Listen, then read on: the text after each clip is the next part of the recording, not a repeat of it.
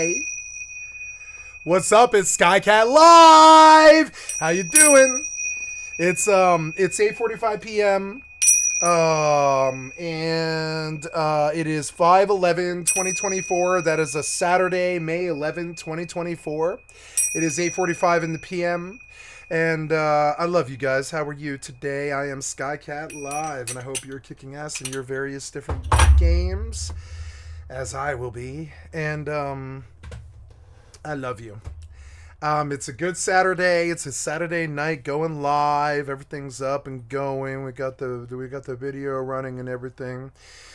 Doing great. Got a brand new mouse, and I think after a couple of days of sleeping with the mouse, very sexually. After sleeping with the mouse for a couple of days, I believe that I will continue to stay with the mouse, and it is a good mouse, and I will not return it. Nice little G502X, and it is treating me well. I'm really getting used to the whole layout there of the two buttons and that little side thing. But mouse is treating me well for the 104 that I spent on it, or whatever it was, 109 I think it was.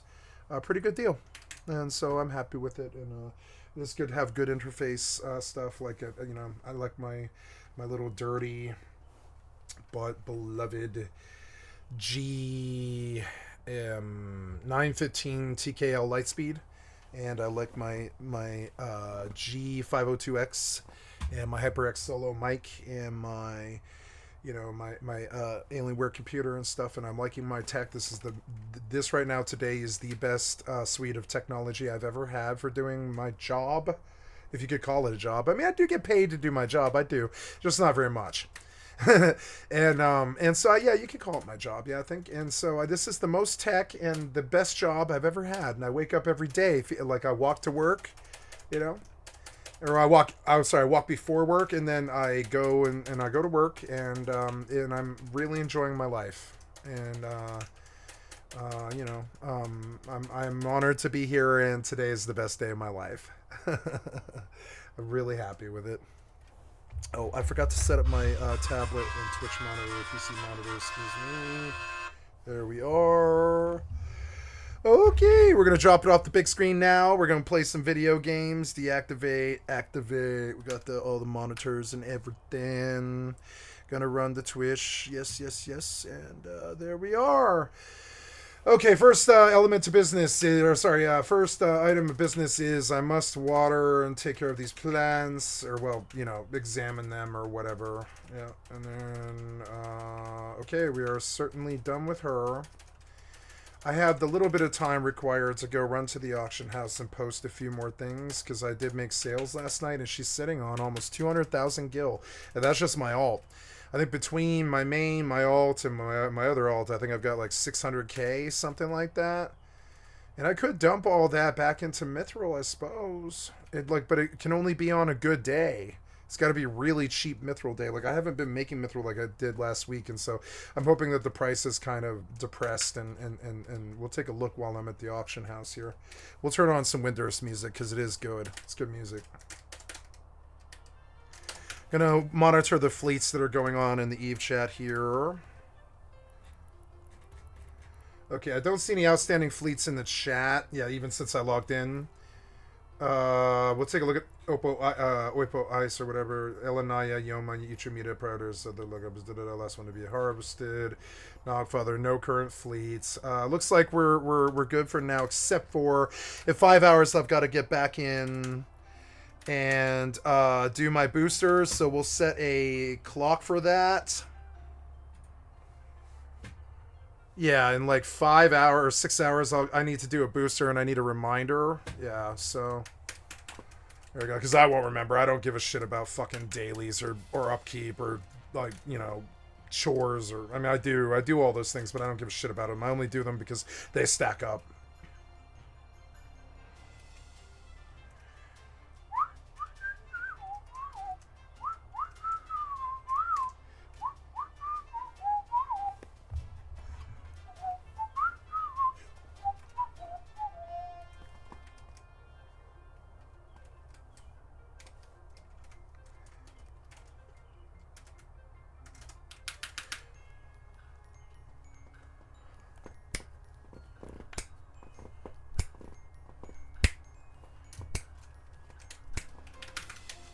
Ah, stop. Stop you. Goddamn tank controls. Ooh, look, the money went up. 901. Oh, I want to do the mithril sheets first, though. Nice, yeah. This look, hey, I made all that for some reason. 565901.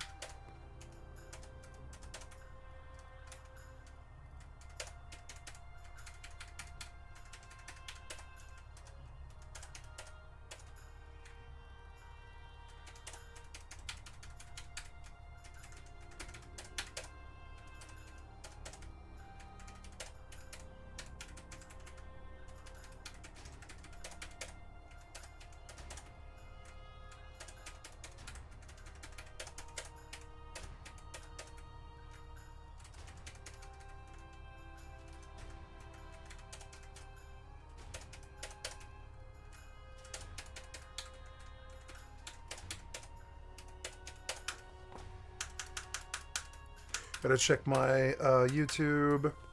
Oh, I died. That's very bad. Oh, gotta go back. Oh, oh, oh.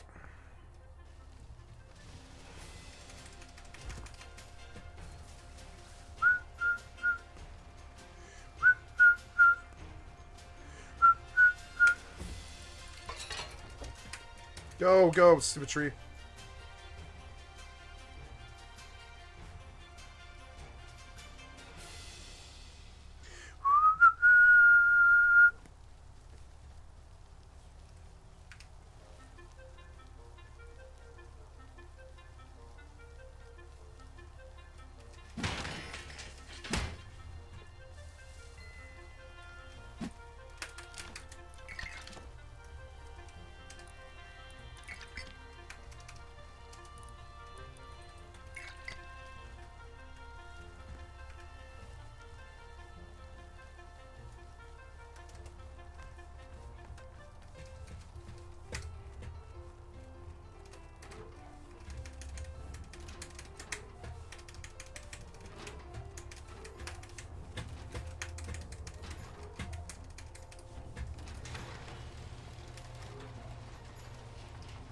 Wait, is there no lock on that door? Why is there no lock on that door?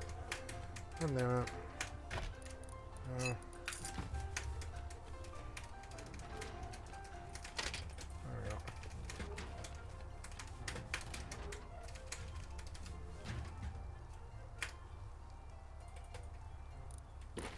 Okay, good.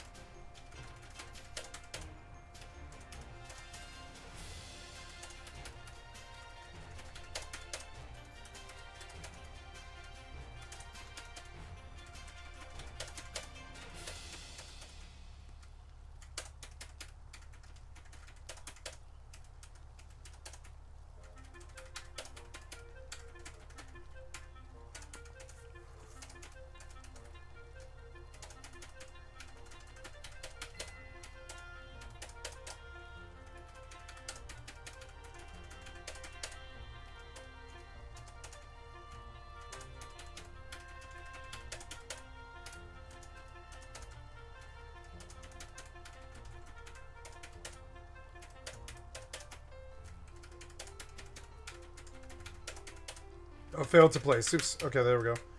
I've got to go send like 8 of these jars to my alt so she can post, because it is like another like bit of money.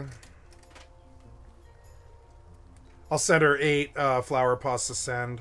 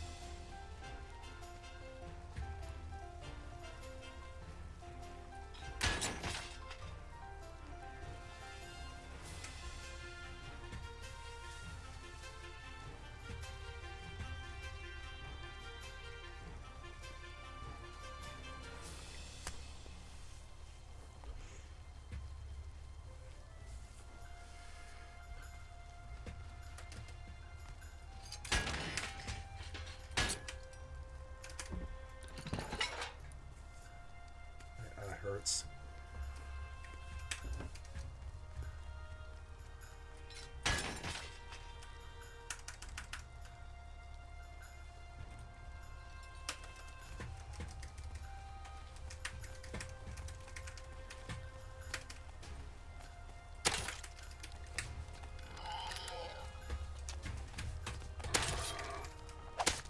Fuck!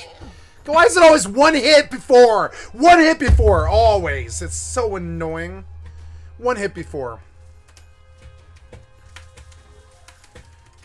Like 2 crossbow like shots and 5 like 3 melees and you don't die. It's like, come on, man.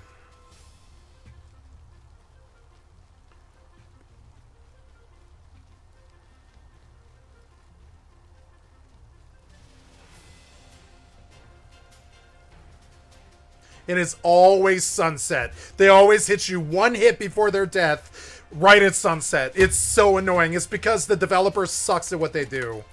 It's so annoying. When you mess with the charts and the damage like this, and you try to make it kind of like, you know, I don't know what the word is, like faceted. It also leads to stupid, what's the word, like idiosyncratic stuff like this, where the pig always kills you one hit before the kill, right at sunset. It's because their design is fucking weird. Oh no, I don't know if I'm ever gonna find this again. Oh no, where was I? Oh, wait.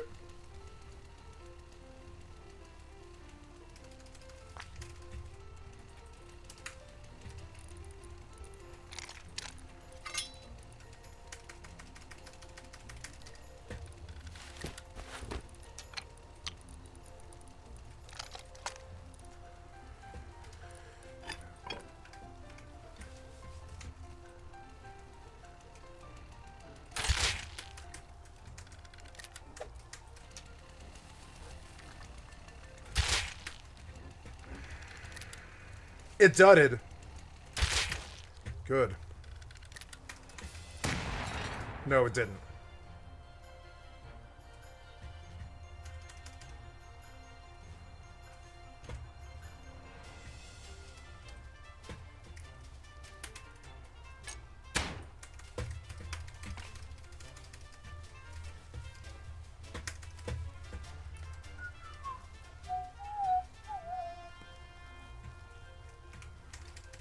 There's that fucking pig.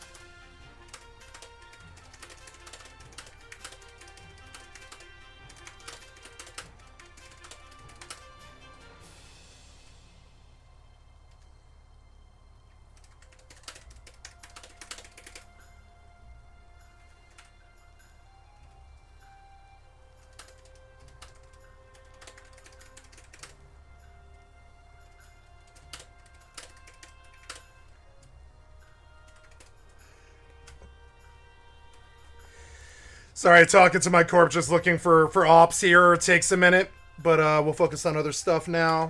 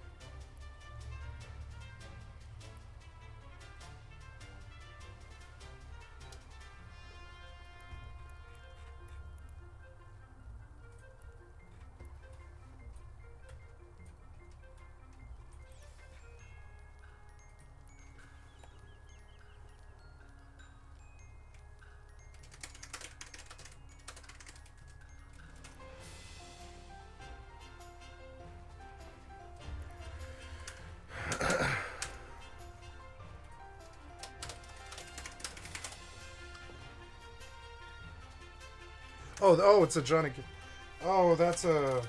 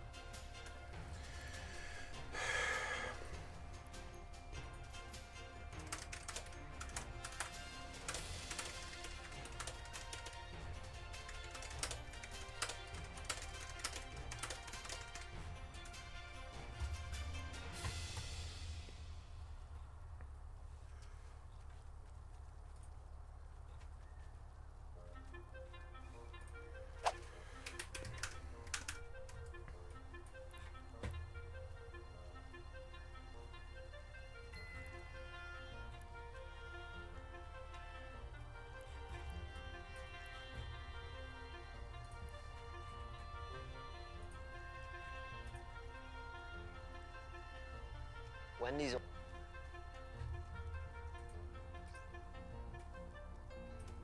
my daddy left home when I was 3 and he didn't leave much to Ma and me. Just this old guitar and an empty bottle of booze. Now, I don't blame him cause he run and hid, but the meanest thing that he ever did was before he left, he went and named me Sue. Well, I grew up quick and I grew up mean. My fist got hard, my wits got keen.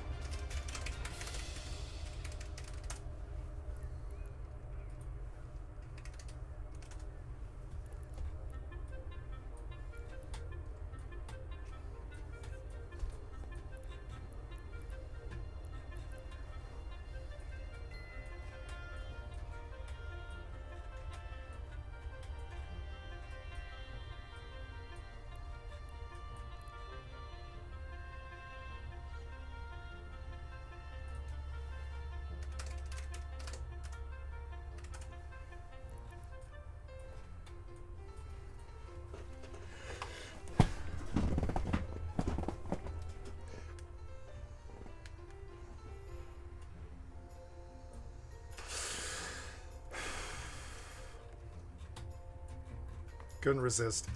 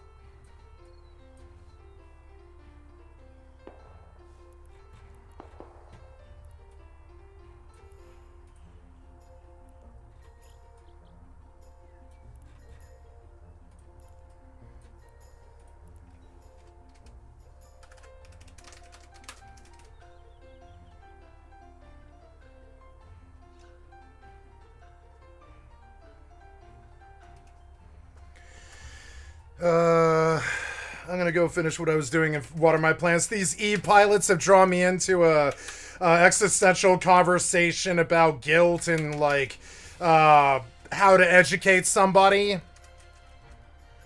And it drew me in for like 20 minutes, guys. I'm terribly sorry. I will pay attention. You can't even see the conversation, which is kind of sad because the PvP players have ruined the games. The shithead PvP players have ruined the games. You have to block everything. You have to, like, hide everything. You have to, like, be fucking discreet all the fucking time. And I can't act like myself all the time. And I don't understand what they gain from doing that. Or what, I mean, you know, I don't understand what they gain from that culture. I don't see what it does for them. You know? But instead of showing you the chat, I'm admonished to blank it so the public can't see what some PvP player is saying.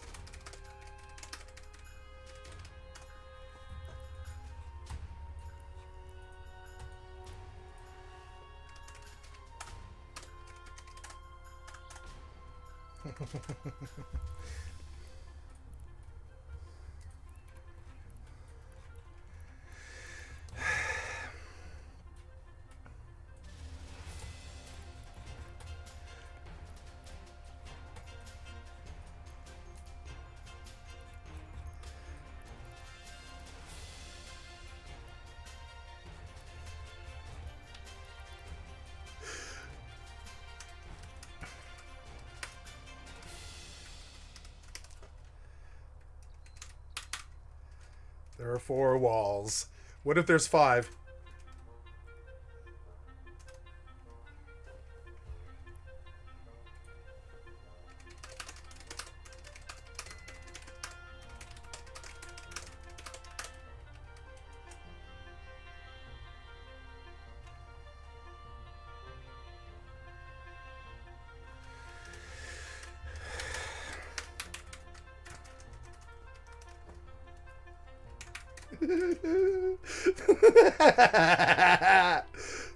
A world with 4 walls. What if there was 5?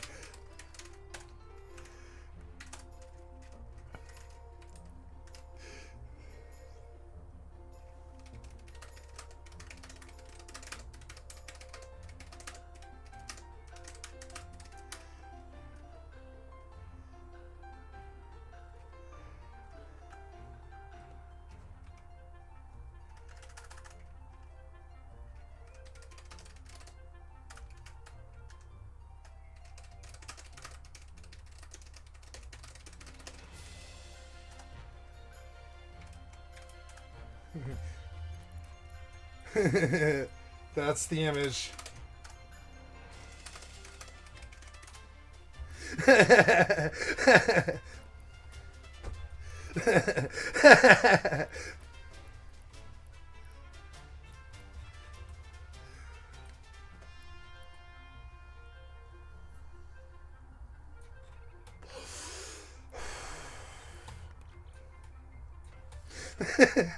Ooh, someone's out there.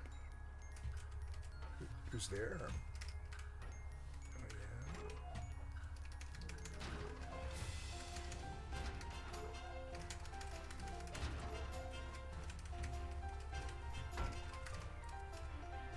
What?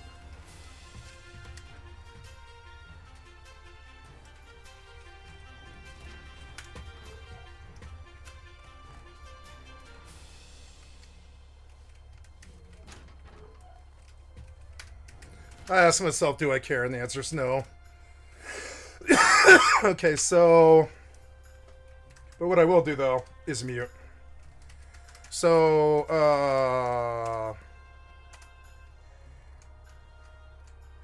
yellow jars.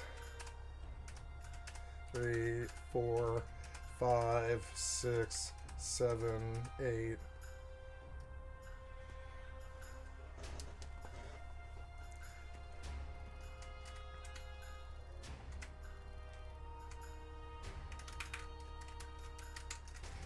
Eight jars. Or 16 jars, I guess. Well, I don't know. What's she at right now? Yeah, we could do 8 jars. Yeah, I don't think that's actually a bad thing. Yeah, 8 yellow jars. 4, 5, 6, 7, 8.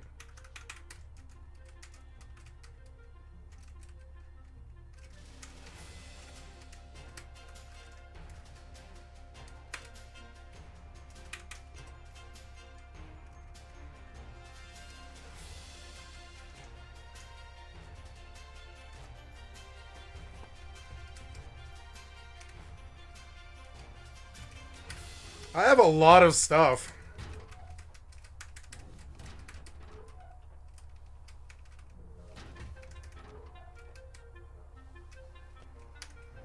Whoever this is isn't sitting out there, so I don't want to. I don't want to be a antlion on a 5-pop server. I'm not a loser.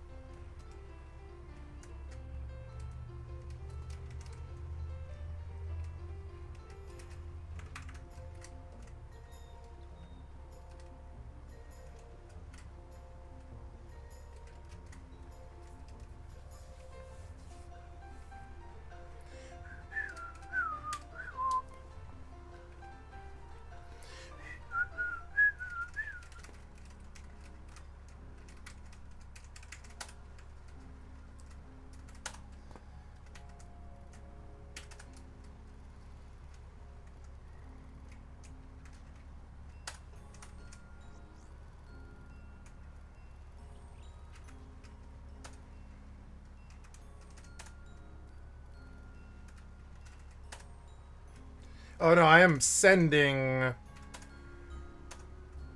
Okay, no money. Okay.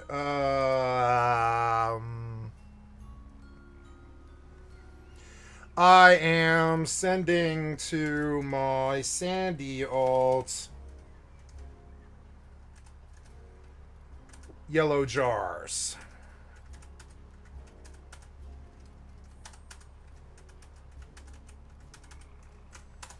There we are.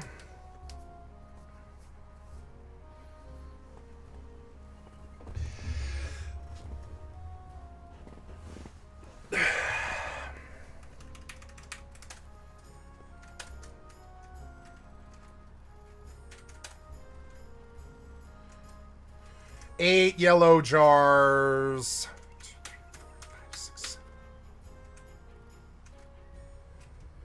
Wait, did I send them? Wait. Yeah, I did. So, good. We're done with this character for today. It's going slowly, but it's getting done. I guess I'll move away from this furnace.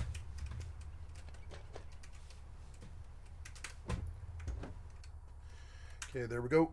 And,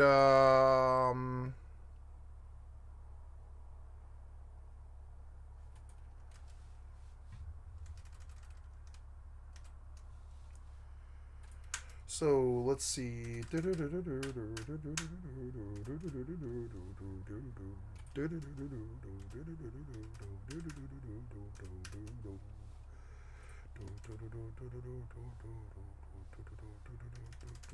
Is that it? I can't seem to find the executable to get this. There it is. Close. Okay. And then, sorry, it black screen, so I've got to go do a whole side of other slew of things. But the server's completely fucking free forever. You know, I'm talking about forever. They don't want money. You know, this server's free forever. So, and there's thousands of people on it.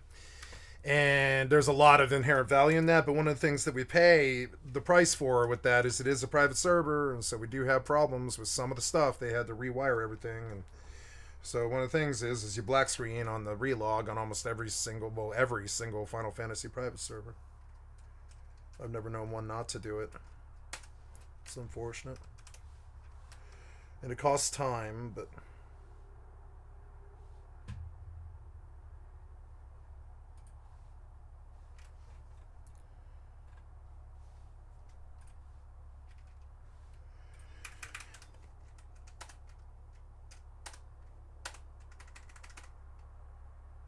Oh yeah, a bunch of stuff got returned. Okay.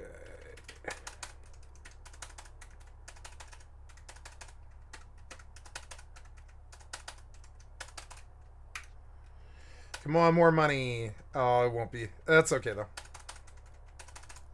I have 6 or 700k, and I don't do shit.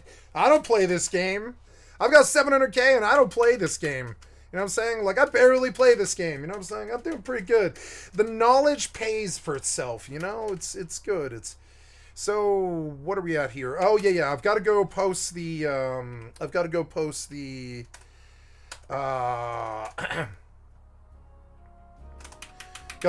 these flower pots real quick.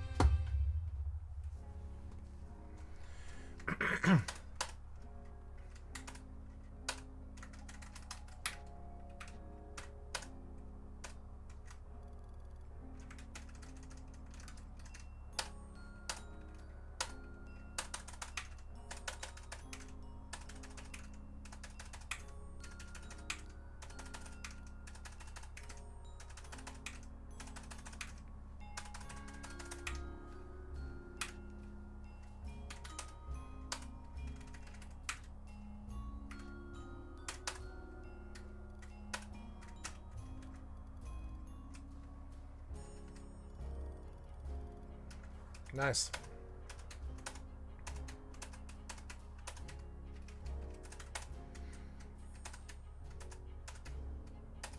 Mithril Beast coins, I should send them back. Or I don't know.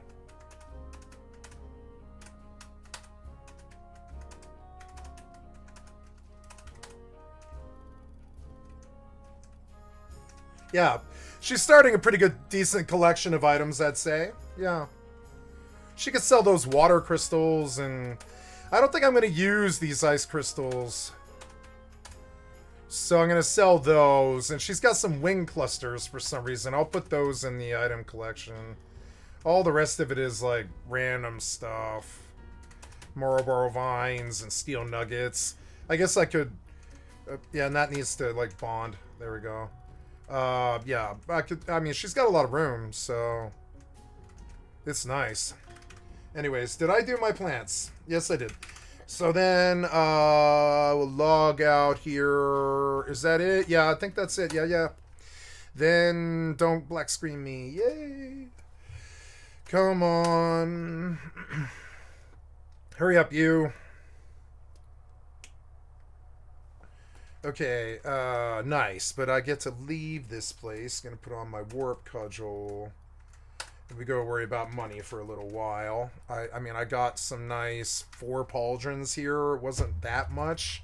But I mean, fine by me. It's good. Couldn't get anything here, really, but that's alright. So we will put on a warp cudgel and leave. Excuse me. Yes, 3, 2, 1, teleport. Poochoo.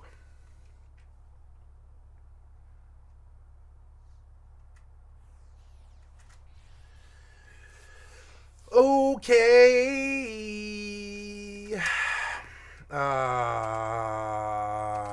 Octave Club. Flee.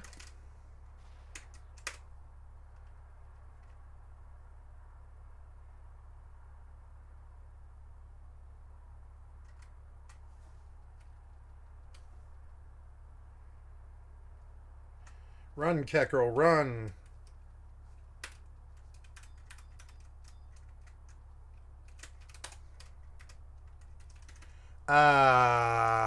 No. I'm going to... tonight is Saturday night, and I should technically really take a Sandy run. So I'm actually going to go deal with that first real quick so I don't have to do anything. I'm going to go from Ron 4, and I'm going to go get the item. And then, yeah. Ooh, I like this music, too. This music's really good, so...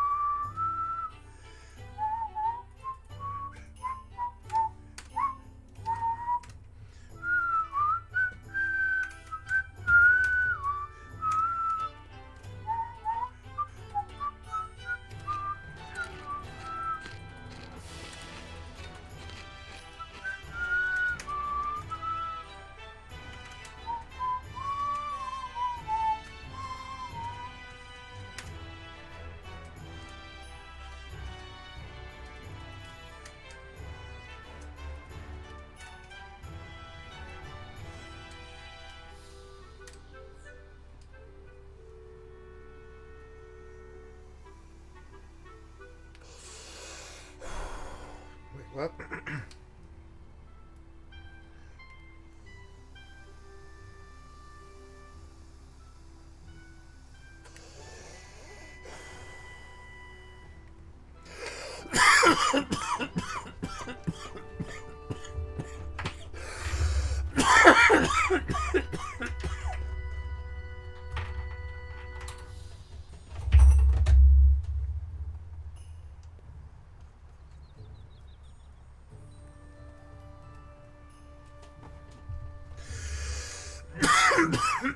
Excuse me.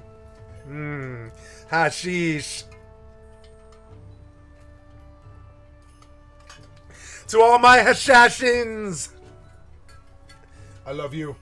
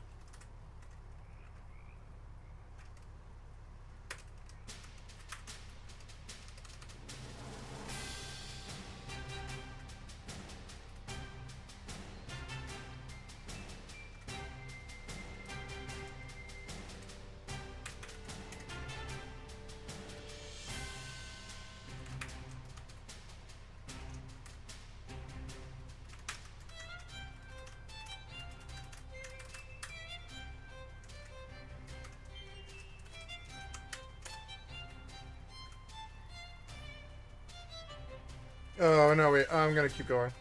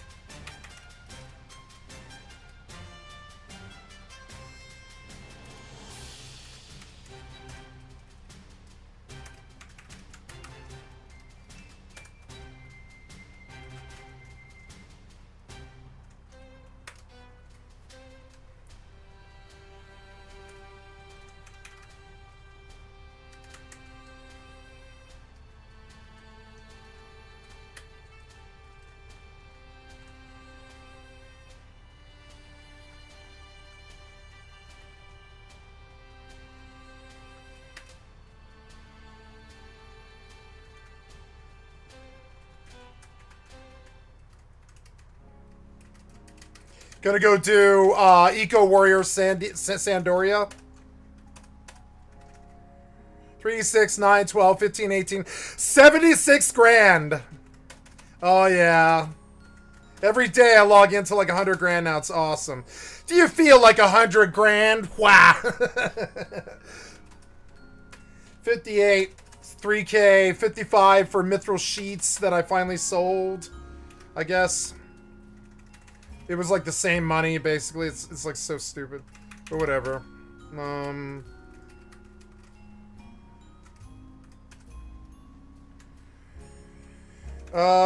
I am here to change my job. No, I'm gonna go Black Mage.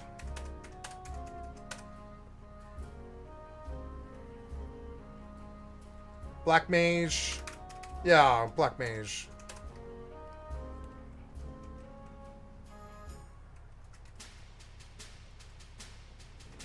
I mean, I'm not gonna heal, so I'll do Black Mage Thief. That's what I'm gonna do. What is what I'll do.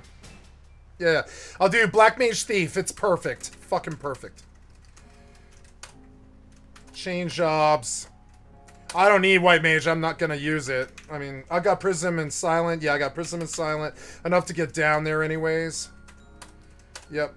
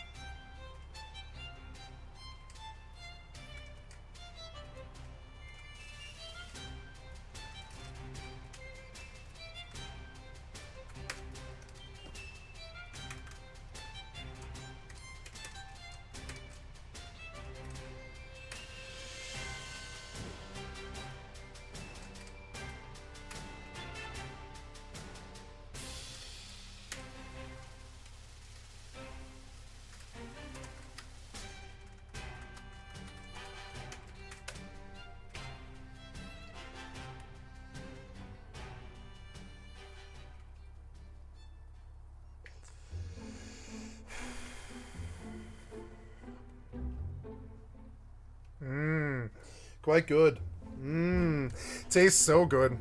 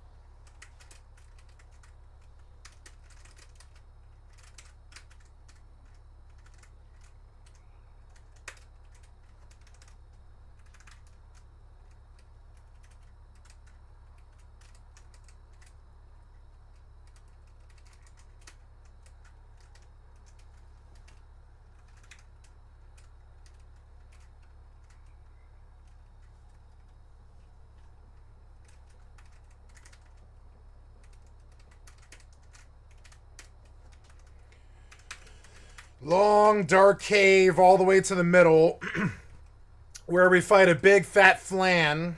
Or, well, no, he's not a flan. He's a corpus flesh, or yeah, I think that's what they're called. They're like corpus flesh. They're huge, giant, fat, like giant globs of flesh that look like a slug with like depressed eyes.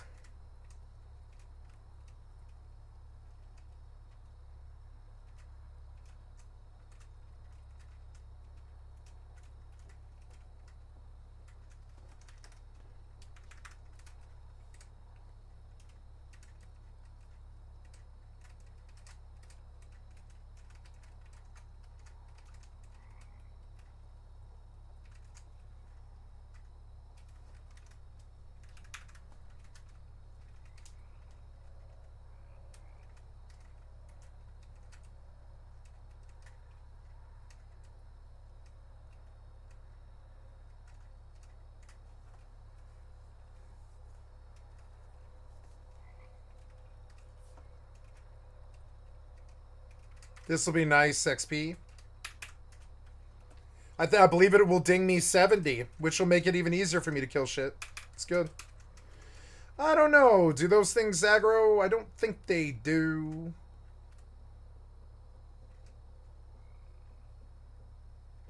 No, I don't think anything here does except the goblins. Yeah, the goblins. I think that's it. Yeah. I mean, I have mana. I can sleep them and do anything that aggroes me. I mean, I could be like, oh, I got aggro, and these, 12 people are going to help me. Oh, they took someone in right at the end, so now we've got like a 15-minute wait. We were all here. Aw.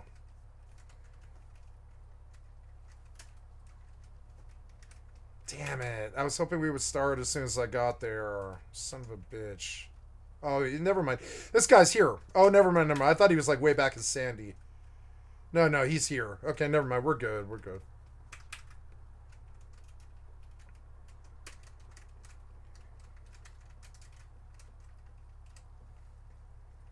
I love all the armor in these old games because they used to like. I mean, while they're still generic and sort of shitty, which is what clothes of this level should look like. But I mean, it's still like awesome. Like, look at all the detail and everything. But look at the detail on his arms and shit. Fucking dope. And like all the little stuff, like coiffure. I can see how women would appreciate this like chess piece. You see how beautiful it is? Yeah, it's awesome. It's like it's got all these cool sleeve things. Everybody looks like they're wearing like cosplay gear. I've always really liked this game, and when they added the paint mod that makes it all like pop, it's fucking sweet. Everything looks super 3D and awesome. I mean, I find my character attractive. I think she's beautiful. Even though her character sprite is 20 years old, she still looks more attractive to me than most modern video game characters. They used to work a lot harder on making the characters look good, and they're just like, they're not lazy now. They just think that everything can be streamlined, and it can't be. You have to put your human touch on almost everything. This is why I won't make a video game, because I know what'll happen. I'll end up sucking down like 40 years of just slaving away on my masterpiece and never reaching it. And in the end, I'll need 20 people to reach it that I can't pay for. And this is why I don't make my own game, is because I know that I can't reach. Like I know that I'm going to want my fucking touch on everything here. Oh, here we go. Okay. Monofont. Elemental seal. Gotta get him targeted, which I can't because I don't have my things right. Let him get some hate. Yep, and then we're gonna do Blizzard.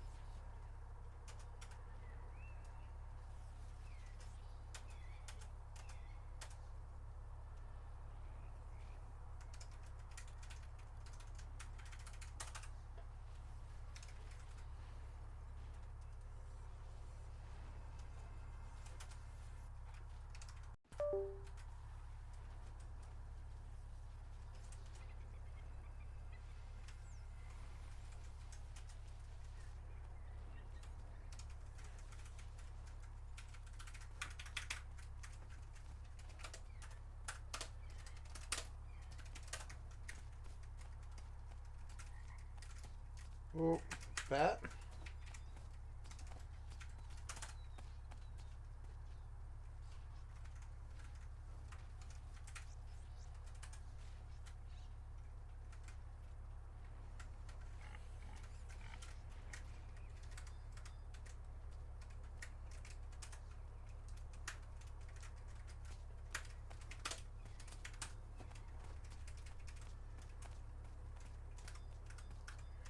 And the best part,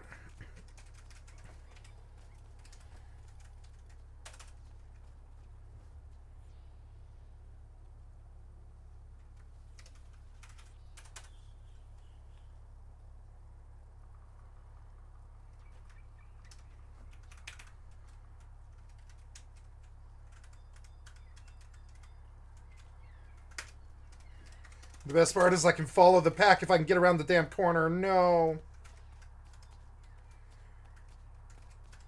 Follow the pack.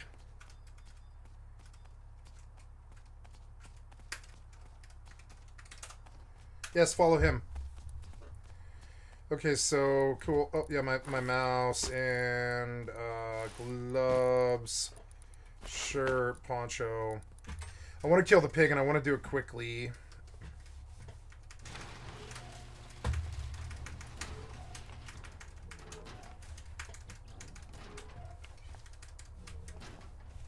Where are you, pig?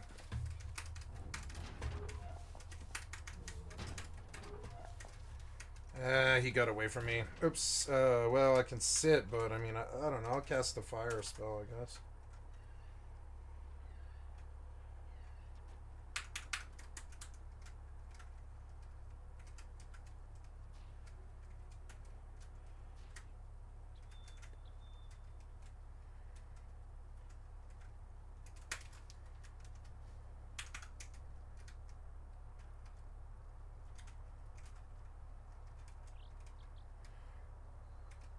Oh.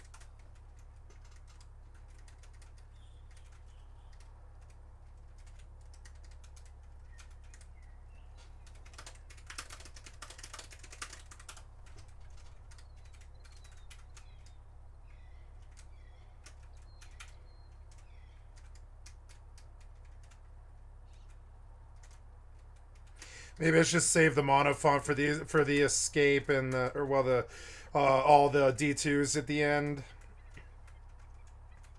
Because it's like 500 mono to escape all these people.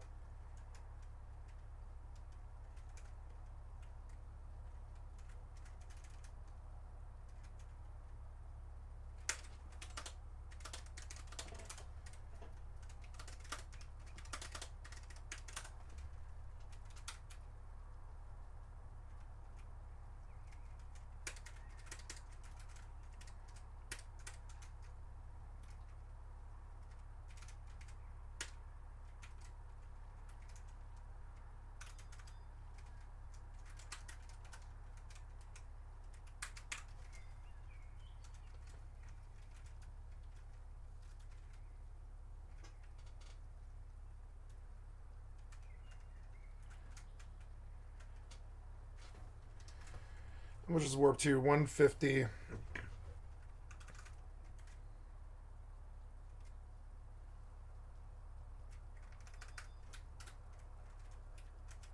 Incoming trade. Ta-ta-ta. Huh?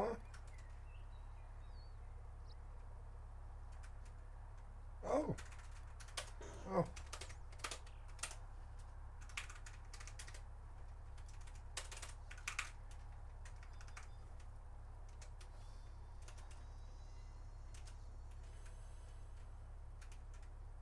Incoming emote.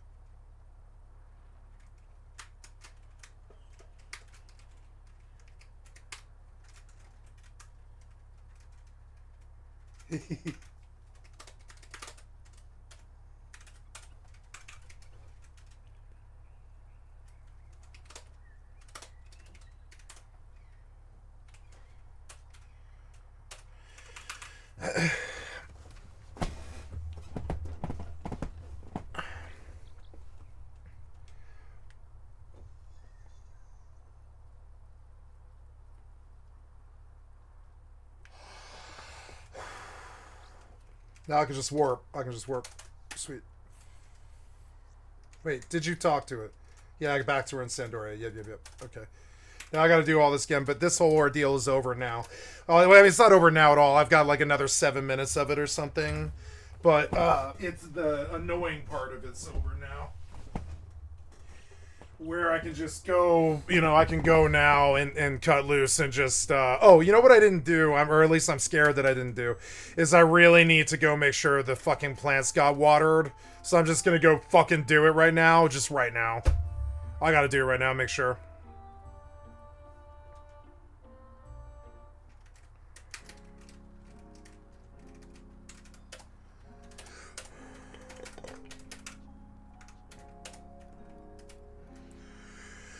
Okay, so we are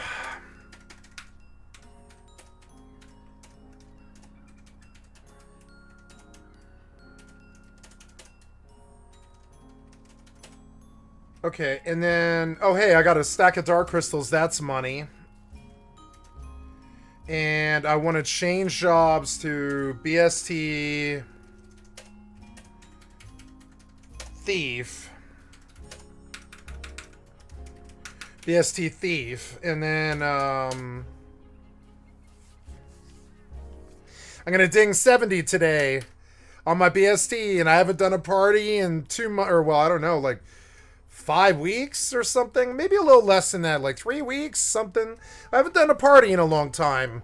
I am solo hustling like I have never done in my whole life. I sat and did team-based activity for fucking 18 years or longer, 22 years, something.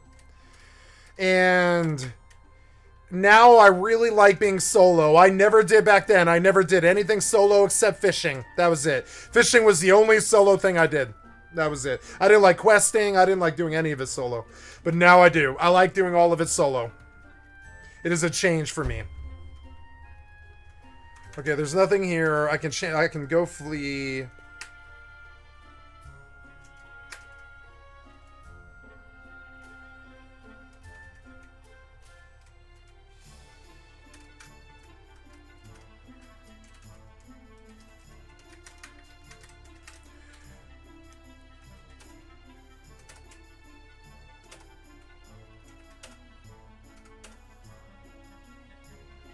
My flea wore out before I was done, but that's alright.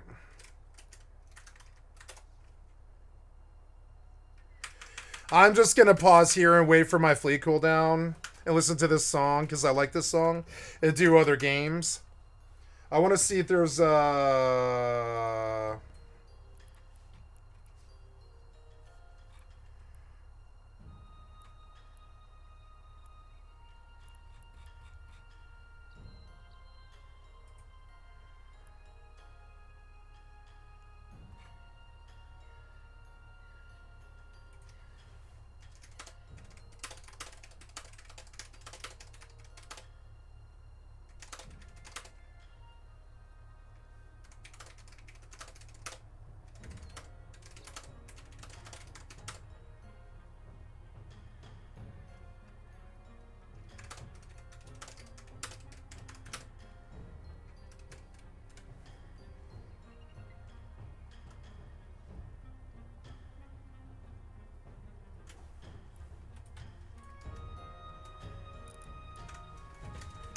can't go outside with this fuel.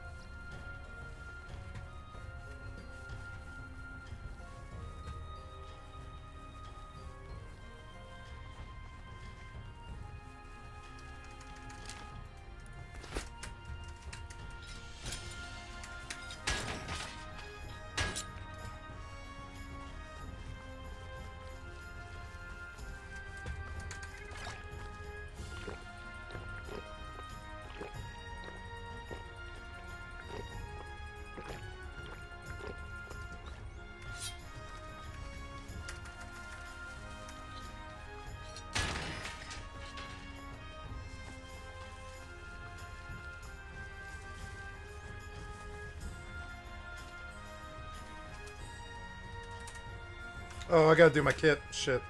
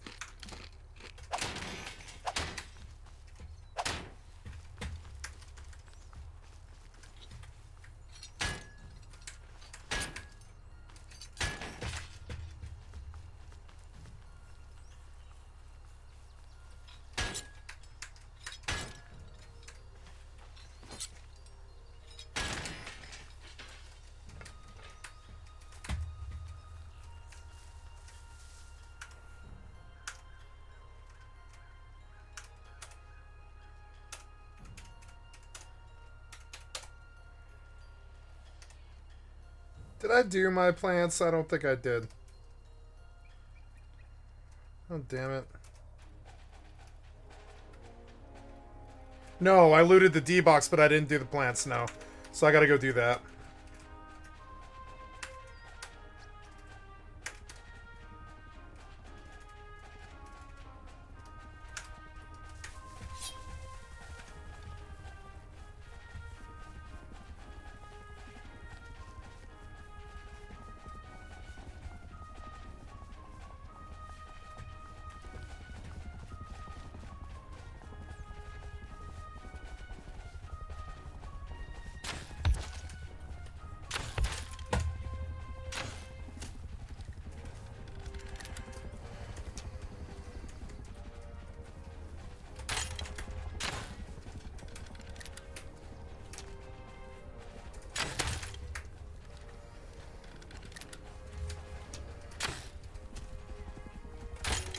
Oh my god!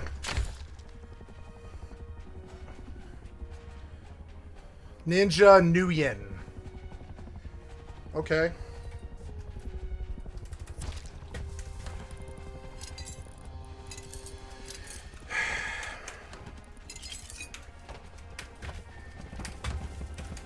Oh, he got wasted.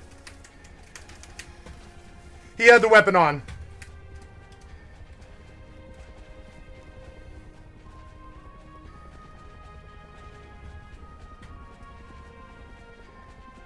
He got killed immediately.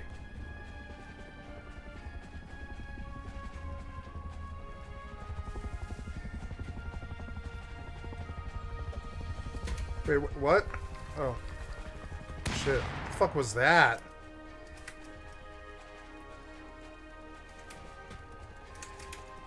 Two scarecrows. He did die. He died. But I have to find the body is the problem.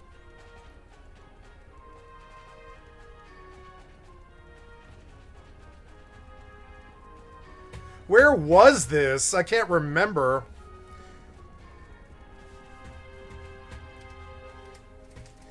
had to go back. It's like over there. That's why they respawned over there.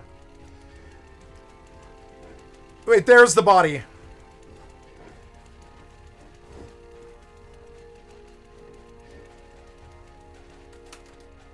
Fucking idiot. Got it all. Fucking idiot. Got it all. Thank you. 135 scrap. I win in the end.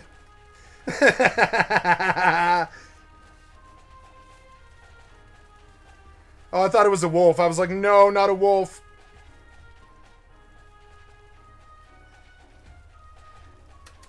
I got it all. I got it all. I got it all. Gotta turn off the sound now and, yeah, do what I was doing before. 3-minute distraction, but I got the loot, so what do I care? I left him his bow.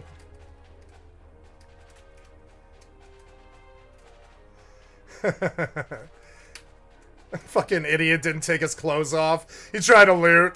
What an idiot. You can hear his bow. I'm gonna go, I'm gonna turn down the sound now because it's kind of like interfering with my, my world knowledge here of like what's going on in the Rust game. So I'm just gonna kill it now. It's been enough music for a while. Just trying to smooth out this long goddamn walking sim, you know? I'm sorry. And we'll just listen to... I want to turn it up because I want to hear him make any noise at all. I want to hear any noise at all, right? Oh, yeah. Never mind. I don't want the noise. Never mind. No, I don't. I will kill these things because they are annoying. But first, we'll drop off all that loot. I find it questionable that he had nothing. He had nothing. Just a bow.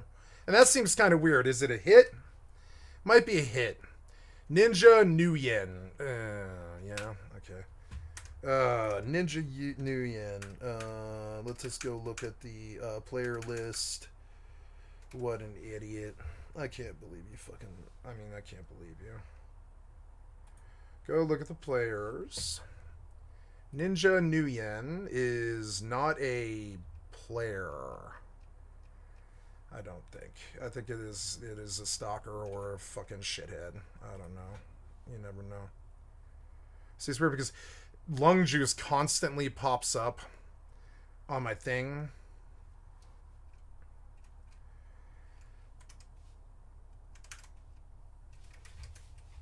I'll leave him be for now because I didn't lose anything. So I'm not going to act like, you know, what's the word? I'm not going to act, you know, what's the word?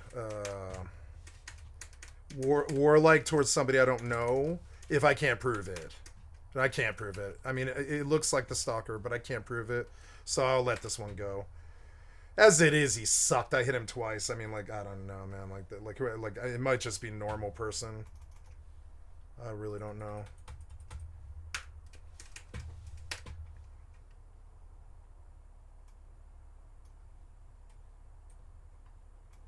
If he shows up again, I'll have him banned.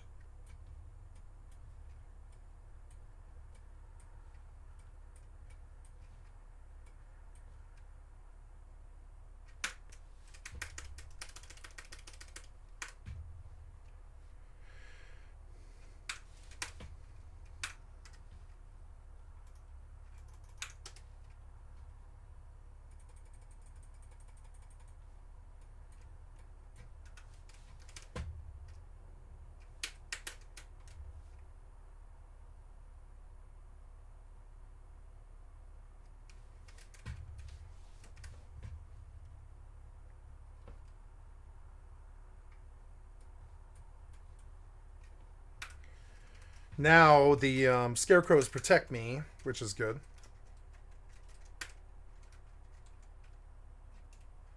They're like my guardians now. Now let's leave them there. 2 of them is worse than 1, especially if the person is prim-locked. There's not much they can do. 2 of them, they're not going to win. They're going to, like, they'll get 1. But as they slow to shoot, the other one's just going to keep fucking pushing. And yeah, crossbow can't do it. Hunting bow can't do it. Too. I mean, they can do it, but they got to be elevated in a way. It's possible. You can do it, I suppose. I'm being kind of optimistic about that. But I mean, like, still, though. The scarecrows do nothing but help me. It's kind of funny. It's kind of funny. It's just the server reaching out to protect me from a door camper, kind of. I view it as a positive thing. Sometimes the scarecrows fuck you in the ass. But, I mean, yeah, that time the server protected me. The heli slaughtered the bad. You know? And the scarecrows are guarding my doors, so we can't do anything about reprisal. And it's like all I have to do is go play other games, because I'm not like one person who sits on one game, you know.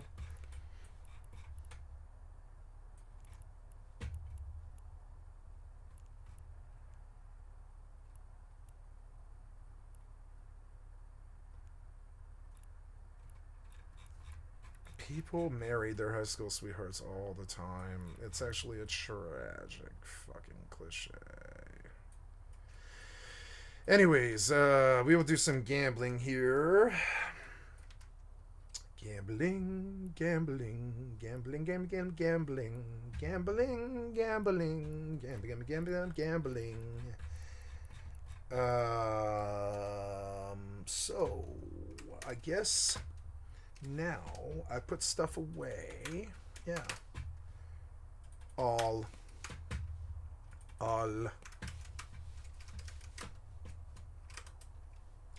If it's a born loser, one of the things you can do is you just leave. I mean, that's like always the choice with the born loser. If they want to stink up the room and, you know, just show the world how much of a loser they are right in front of you and go off the deep end and go unhinged and act like a cracked idiot. One of the beautiful things that you can do is just not be there. I would say pretty much all the time. You can pretty much not be there. You don't have to be there. It's not in your home. It's, you know, you don't have to be there. So you just, you know, you wait for them to, you know, to just fizzle out their stupid lives. If you sit by the river long enough, the corpse of their idiot body floats by. You know, there's no anger or anything about it that necessary. You just let the trash take itself out. I can turn on my sound and enjoy this. Yeah, let's do a journey to my next base. Yeah! What?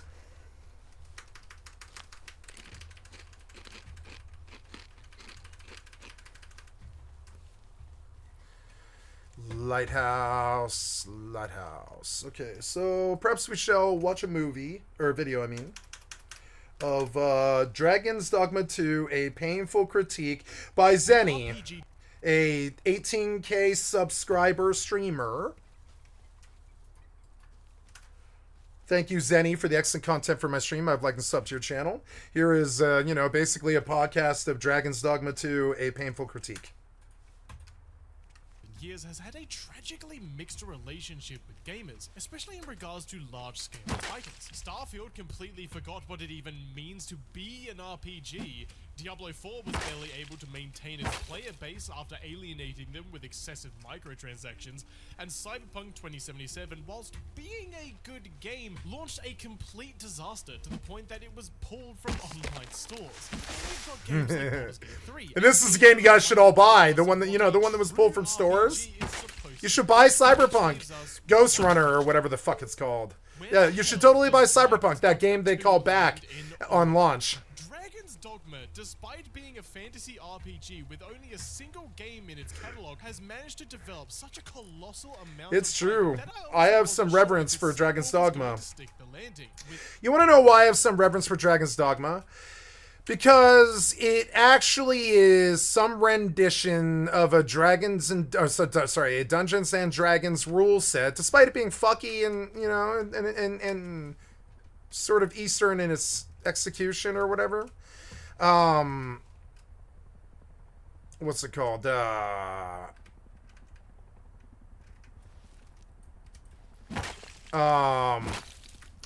It was a fairly close rendition of a mixture between Dungeons and Dragons and a game called, oh god, Shadows of the Colossus, and to a lesser degree, Terra, where you fought BAMs, big ass monsters, or Monster Hunter would be another example, right?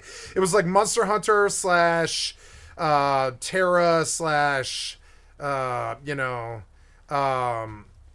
like Shadows of the Colossus, and it was designed to be a Japanese title, like a monumental title that was supposed to push the Berserk series, the anime series. And at the last moment, all those corporate idiots and all their problems and all their lawyers tied up the fucking game in court or something, and they couldn't do the IP of Berserk like pretty much the day on launch or whatever. They were like ready to go, and they had to change all of it and push it back like another year, I think it was, or something like that. And I might be getting this wrong. Don't quote me. I mean, I'm just telling you what I remember. I don't remember what the actual fucking details are. I'm just telling you what my base memories of it are. And they might be wrong. I'll tell you right now. I'm not a historian. I've got brain damage. I've got a bad memory. I'm just telling you what I remember it being. And so then Dragon's Dogma 2 sat there in a weird hybrid mix of Dungeons and Dragons, because it was kind of faithful to that. It was like warrior, rogue, cleric, mage. That was about it. And those classes could kind of like subclass and do stuff like D&D, but it wasn't really like, it wasn't really like that refined. It was mostly just like this attempt to bring a Skyrim world, but with a Dungeons and Dragons execution and a single player RPG mainstay that sat there like Final Fantasy and would be there for a while. And they mishandled the IP terribly. Capcom terribly mishandled the IP. They never should have let Berserk go, or the game would have been a fucking massive cultural explosion. They should have fought for that one. But I mean, I think the Berserk guy just didn't want his anime thing to be a video game. I don't think he wanted it to. So they couldn't get around that. They were like, please, we built this like masterpiece for Berserk, and whatever it was, somebody who owned the IP, whoever it was like, no, you can't have Berserk. You can't do this game. You've got to change it. So that's how we got Dragon's Dogma 2, and they went from a whole Berserk story about how Berserk had his heart stolen by a dragon. And they had to make it so it was like a far more Skyrim type game where you had to like pick a character and make the facial structure and then make pawns, and the pawns look like other things. And Dragon's Dogma 2 was a very, very good hybrid between Dungeons and Dragons, Skyrim, a couple of other games like Monster Hunter and Dark Souls, and a few other games, right? It was a very good hodgepodge fucking amalgam. But the only thing that was good about it was a fairly accessible game. It was not an MMORPG. That's a big pack. It was not an MMORPG. It was online, but it was online in the way that Elden Ring is online, or Dark Souls. It was never at the same time as another player. You could just borrow their pawn, and you could go to the big room where all the pawns are and see other people's pawns and get an idea of what their character was like. But that was it. You never ever played with another character. And we all thought that that's what Dragon's Dogma 2 would be. That was the next mishandling of Dragon's Dogma. I could do a video about this, but I'd rather just do it live on my fucking stream and hope somebody fucking quotes me sooner or later, The next mishandling is the assumption is that the whole tragic thing about Dragon's Dogma was that you couldn't play with others. So they made Dragon's Dogma online, and it was online for like 6 years, and it purportedly was a good game, and it wasn't an MMORPG because you couldn't go out and like fish or build a base, or it was like an overworld like Diablo. But, like an overworld with a uniting town. It wasn't an MMORPG, not really. And so, in Dragon's Dogma Online failed out, but it started out successful, as I recall. But only for a couple of months before it failed out. There's something about it was wrong. It just wasn't the execution that people wanted. It wasn't like the original single-player game on the PS3 and the Xbox 360 was. It was more like... it was more like an online Diablo clone, kind of like Dungeon Siege 3. And Dungeon Siege 3 had just flopped, and gamers did not have a very high patience for that sort of execution. Now I don't mind the Borderlands execution, that 4-player Diablo execution, where there's never an overworld, and there's never there's an overworld with a bunch of stages and missions and online public stuff, but there's never like this online world where you can fish fish or hang out in your base or, you know, sit in the town and hang out with other people and talk to them or anything. I think Path of Exile kind of did that well, but the other ones didn't. And or even then, I don't think it was very common to like hang out in the town and talk to people in Path of Exile unless you were like trading or something or asking for runs. I don't think it was very common to be like this social hangout. I think it was more a business hangout. And that was always the problem with Fallout and Diablo and all the like, you know, I still think of Fallout 76 as the greatest game in all of these executions, even Diablo 2, because it had 28 players on the server. It was entirely co-op. Those 28 players could do one single quest. You know, believe it or not, you could take an entire goddamn guild and run a shitty quest for the Wayward. You know, and go get the crane sign. There was no limit on the. Oh, sorry, there was a size to the party of only 4 players. Sorry, there was a size to the party of 4 players, but anything public could be 28 players big. And 28 players feels like a lot when they all have, like, you know, radioactive suits and chain guns and stuff like this. It feels like a lot.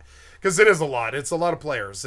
28 players is a lot. It's a lot when they all have chain guns and you know, mech suits and stuff. It feels like you're playing Mech Warrior and there's all these tanks running around the stage and they're like wasting tons of mobs that you can't even kill before they touch them and waste them. You know, and I like that 76 approach. Almost none of the rest of them did that, except for I think Fallout 4. Diablo 4. I think had kind of that slightly, but not really to the degree that 76 has it truly great. Like fighting like the Scorch Beast Queen, like she's a legendary boss. You know.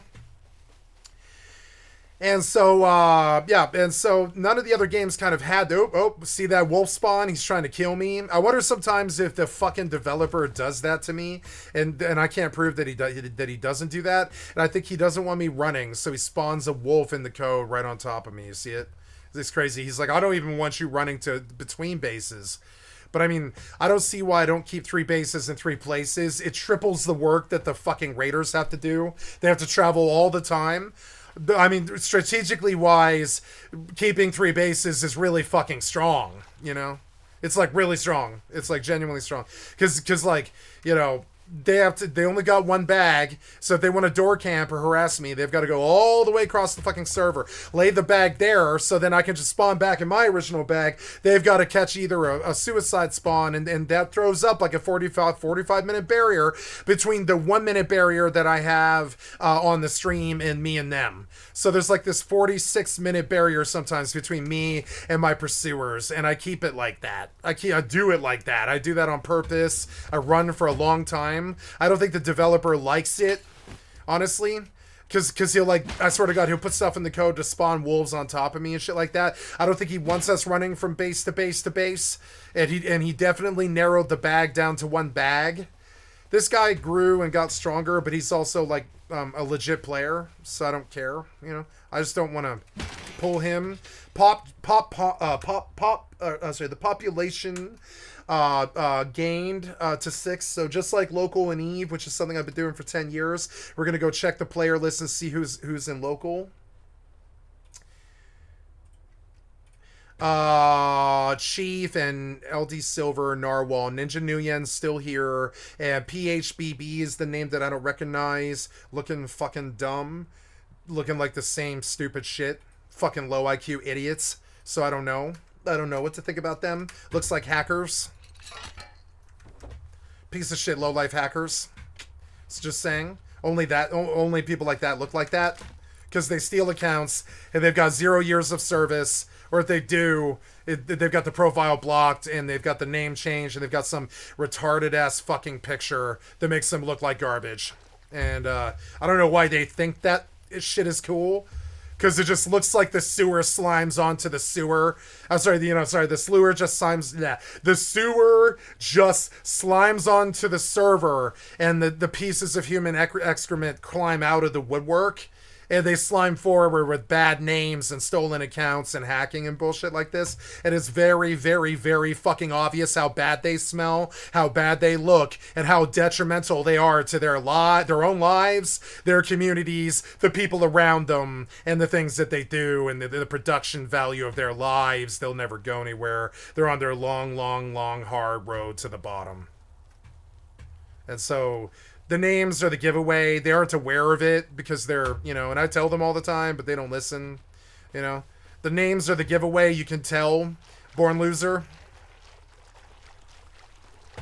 Never did anything with their lives. The names are the giveaway. They're too non-creative to come up with something good, or or frankly, the account's stolen. One or the other.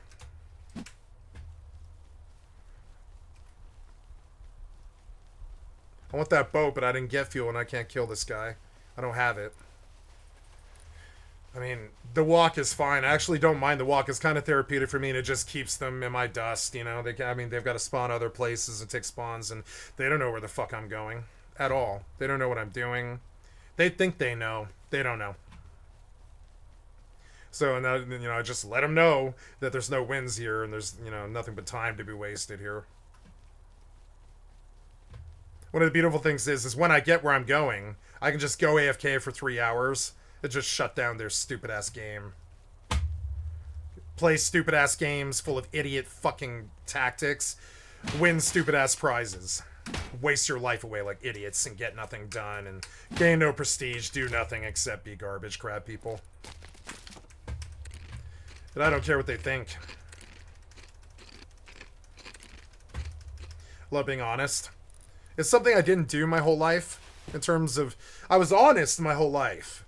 I mean, that makes me sound like a liar. I did lie a lot when I was when I was younger, but I didn't lie a lot to hurt people. I lied a lot to protect them from my own failures, I'd be like, no, I'm not doing drugs, or no, I'm not having sex, or no, I'm not, driving cars at 110 miles per hour that I stole, or no, I'm not doing meth, or no, I'm not doing this or that, And I just lied to protect people's feelings because I needed to experience everything in this life, I think. Almost everything. You know what I'm saying? Not everything. But, yeah. And so I just was, unapologetic about it. They knew I was unapologetic about it. But I lied to them to spare their feelings. And when they caught me, I'd be like, I don't lie to you to hurt your feelings. Or to deceit you. Or to ever, to mislead you or make you think one thing about me that isn't true. You know who I am. I've never hidden it. I just don't feel that my personal life is your fucking business about the drugs that I do, or the girls that I'm with, or the people that I'm around, or the inner circle that I keep, or the fucking cars that I drive, or how fast I go, or the crimes that I've done, or the people that are around, or whatever, That's, or the kingpins I've known, or any of the other stuff, That's stuff. I've never had shame about it, but I don't make it other people's business on purpose. I do it on the stream because I think those people need to know who they're watching, right? I do it on stream because I think those people do need to know. They need to know. But I do it here on purpose. But everywhere else, I just hide it from them and lie if it comes up, Because it's just, it's just it's not your fucking business what drugs I do, or who I am, or how often I drink, or who I fuck, or where I am, or what game I play, or what my life is, or any of that other stuff. That is not your fucking business. Never have been, never will. I'm a public figure in public, but I am not like this thing that can be just pulled on like some kind of string taffy or whatever, pulled around like taffy. I'm not soft like that. I do not have a life that I consider to be public, and I do not want it like that. And so. So for a long time I just lied to spare their feelings, and when it came up and they asked me, why do you lie about this stuff? Why do you hide your drug use from me? You seem like this functional drug use, and for a long time I was a functional alcoholic for 7 years, and I was a functional drug user, and I never mentioned it to anybody. I never tried to ever get caught doing anything. I was very, very, very methodical about how I was, not like a pussy, but more like I just never did anything where anybody could see it. There was this point where I thought discretion was the better part of valor. It's just not telling them and not showing them what my life was much more polite to them than hiding it or lying about it. So I just would just not show them, any of them, except for my inner circle, who I was or what I did with my life or the things I chose to be or any of those other things. I was just like keeping my own business. You know, it was my own counsel I will keep, is what I used to say. My own counsel will I keep about my own life, like what I do and what judgment I take or any of that other stuff, right? So I know I'm just blathering on, but I'm talking about like mindsets a little bit. It's like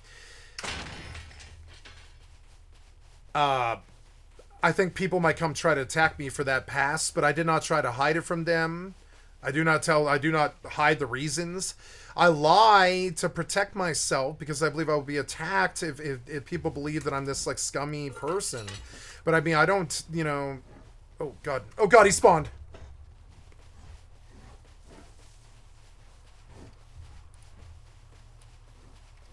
I've got to do a big cardio run to the horse.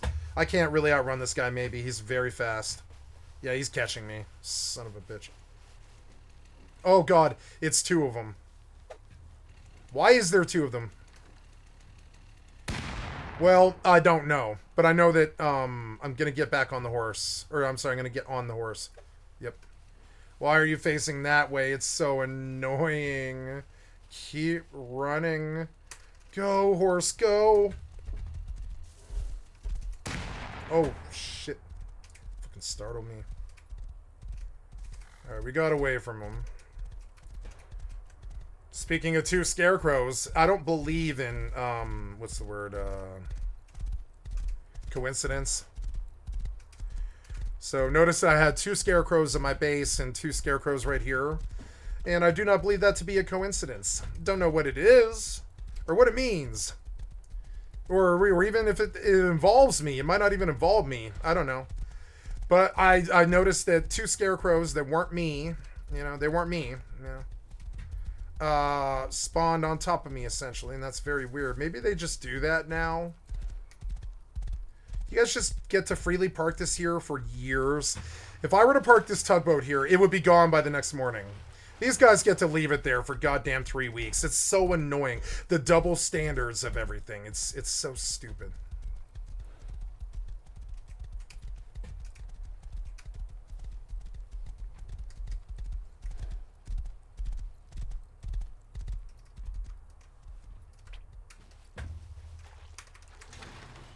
They're chasing somebody else now.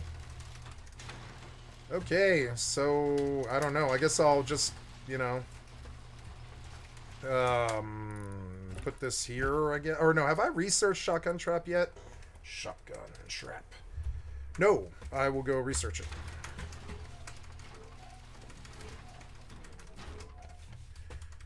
That will help with one of my bases, well, all of my bases defense if I want to spend gears. But hey, I forgot to put the garage door down. That's cute.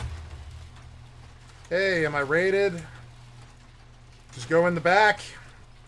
Nope. Nice. Okay, so I mean, if you want to do 2 high qual walls, you can.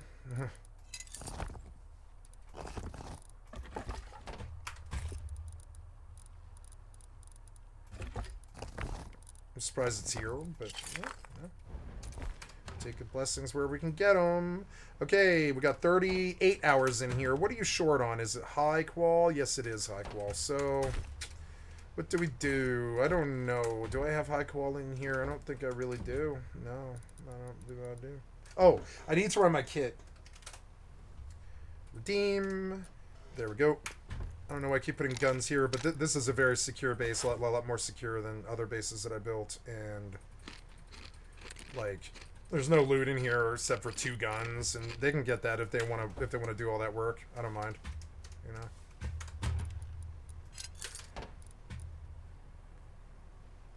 Thought I heard Scarecrow, but maybe not.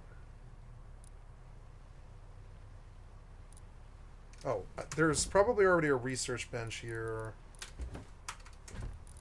Oh, also, well, let's see. Research bench. Here we go. Pop this in this one. Pop dropped. Gonna go see what that was.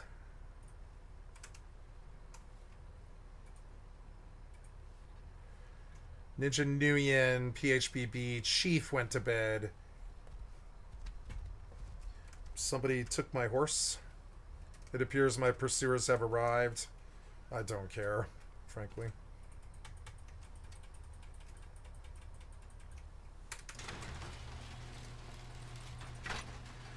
I will shut off the sound and I will sit here for 3 hours.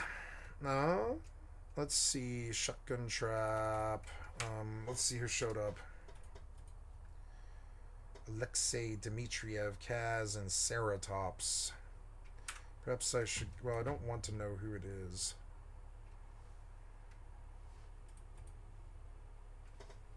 I don't know.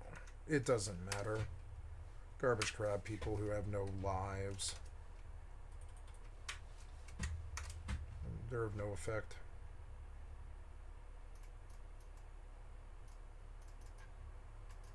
Abuse and targeted abuse is their only fucking reason to live. Worthless, entirely worthless people to their community. I need to worry about them. Okay, so there we go.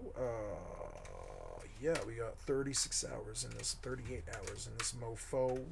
Yeah.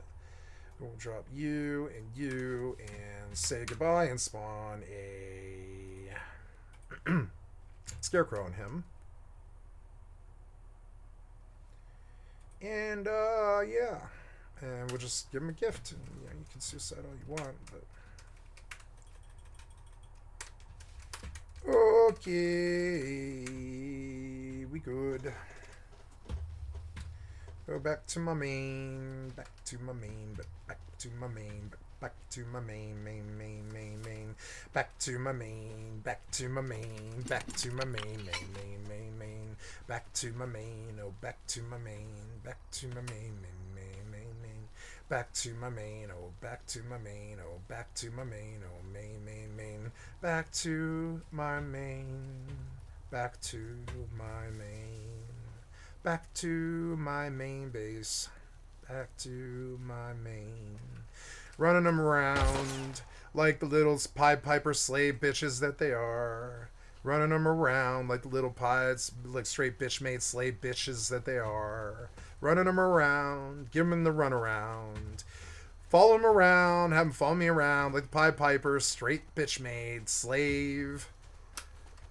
I order you to ascend and come to me, slave. Why is there a soft wall right there? What? Now, how is that right? I never noticed that before. That's interesting. Maybe I better fix that, huh?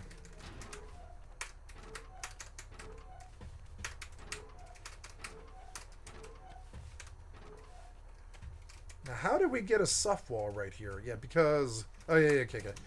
So...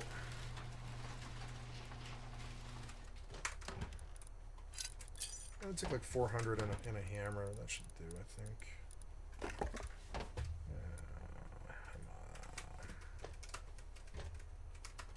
Oh! Pop dropped!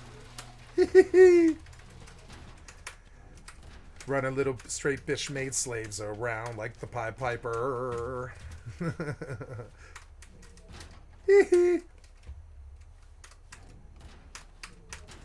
Straight bitch made slaves will follow you into like basically anywhere. They don't care if it's lava or the loss of 5 hours. They don't care. They don't care. It's a slave. They do what you say. There we are. Much better.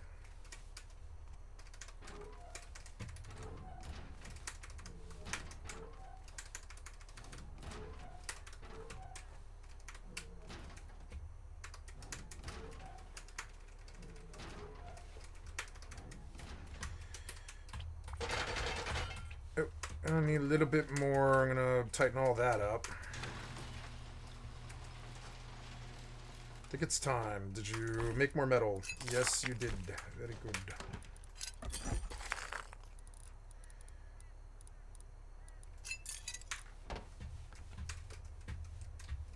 Oh, that's a no-no.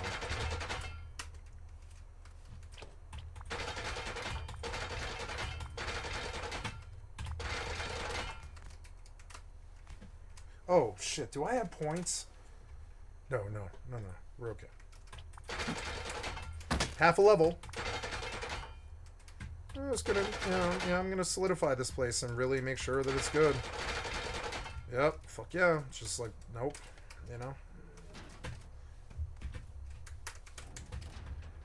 Hard nope. Also, that fixes a lot of my stone problem, which is also good. Okay. And yeah, we'll take like half of that and half of that and a hammer. I think I want a yoke and a few shells, but I want to roll cheap for this. Yeah, like oh yeah, that wouldn't be bad to do. Yeah, we'll do that. Wood. I want to cut you in half, and half, and half. Go. Then, yeah, I don't really need... I need something ranged, but I don't know what. It's something cheap. I guess I'll take arrows, and I'll produce a compound bow. And I'll take a pick with me. Yeah, and yeah, that's good, except I want GP, which I think I've got. Yeah, I do. There we go. And yeah, give me like, I don't know, 12 shells or something.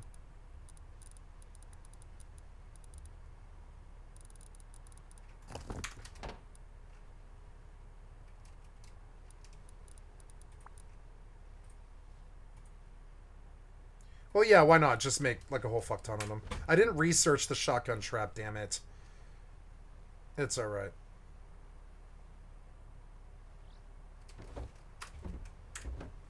Let's check the pop. Who left and why? They're probably all going to bed right about now, I think. View, players. Yep. PHBB and Chief and yep. I mean, it's just a little self-awareness, read the room. Like, you come with those garbage crab names and that fucking, like, no history, and you look like some weird dude in an alley, and I just want to stay away from you, You come across as a weird, slimy person in an alley. Even your name stinks of it.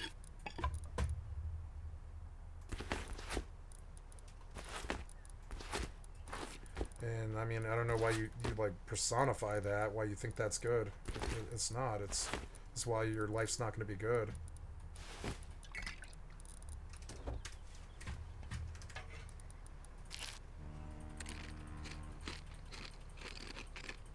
Oh, I could have ran cargo, damn it.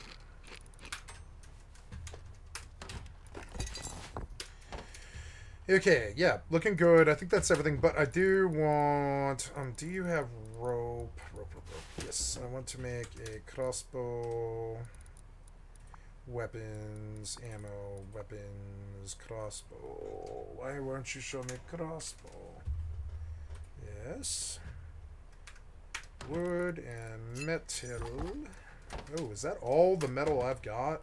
No, it isn't. So. There we are.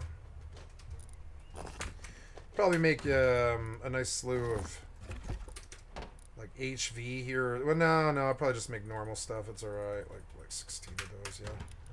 There we go. Okay, let's go out on a safari. It's 7 in the morning. That's perfect. We'll put away some cloth and fuel.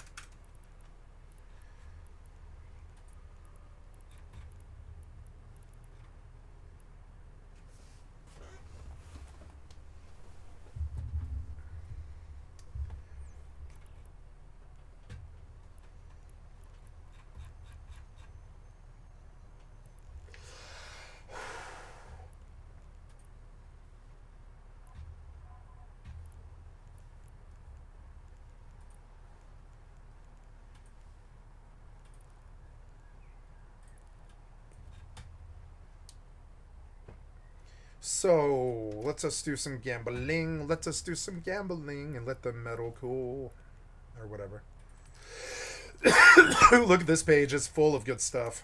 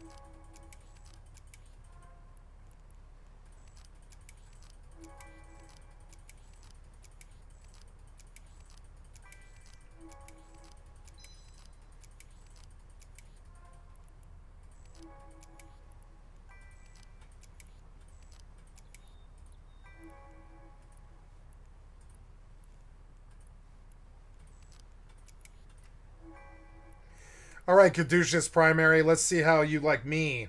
I'm stepping in for 14. I'm going to give him a run on this for 13 million on a 42 million Legion propulsion intercalculated nanofibers, which I'm not even sure what that is. It's an Amara propulsion system for...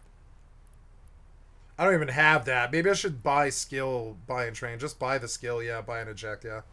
We'll take Amara propulsion systems. Why not? So, yeah. And so I learned something there. Buy multiple, 14, buy, sold, go. Come on, big money, big money, big money. 10 on a 40, 10 on a 40. Trying to make $1 out of 15 cents. Trying to make $1 out of 15 cents. 10 out of 40, 10 out of 40. Come on, 10 out of 40. I lost. I didn't win. Maybe I won, but I don't think so. Nope, lost. Damn it. Oh, well, that's okay. 10 million is not the end of the world. We'll do this other stuff. Yeah, we'll do this other stuff now. Okay, Pop dropped again, and the only people left are me and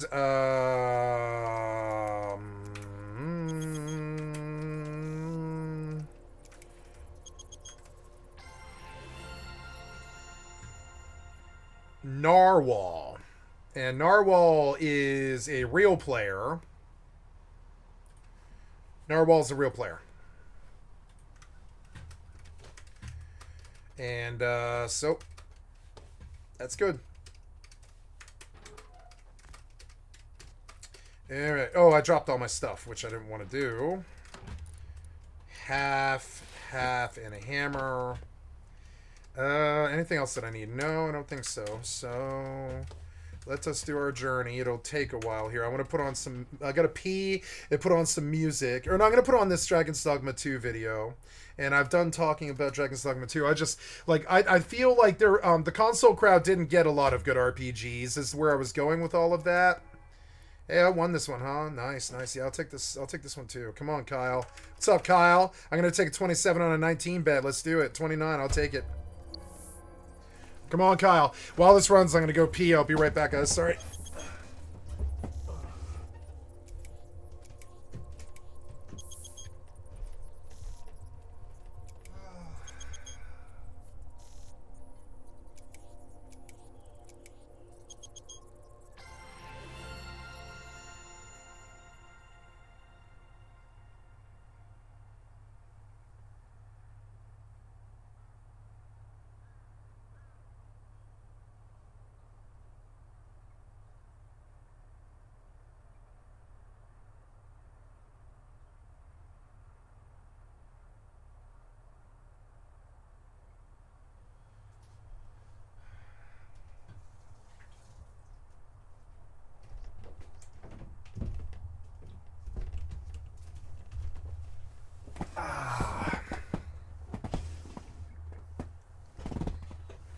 Okay. Claim your item.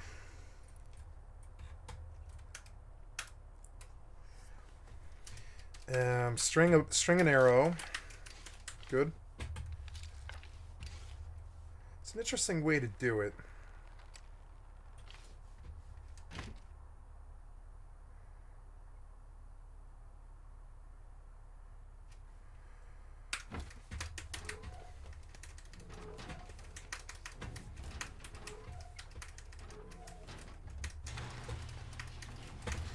Okay, we're going on an adventure. It's 10 a.m. I'm going out. I'm not going to say what I'm going to do, and we'll listen to this video while I do a jaunt. Answer now being that it absolutely. So join me on another adventure as I take a critical look at Dragon's Dogma 2, and while doing so, I'm going to be taking us to some place... I don't think I want to watch this video, actually. I think it's boring, and I'm going to get off it. I'm terribly sorry. I don't think it's a bad video. I think it's just not my video. How George Not Found lost his entire audience in 1 month by Internet Anarchist. What happened to Dragon's Dogma 2? The disastrous launch of Fallout New Vegas. That was one I was going to watch. Why Stardew Valley's creator hated his game.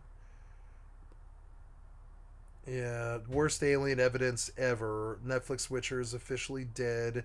Nearly 100,000 people pack Wildwood Beach for Donald Trump rally. IDF orders 300,000 Palestinians to evacuate Rafah.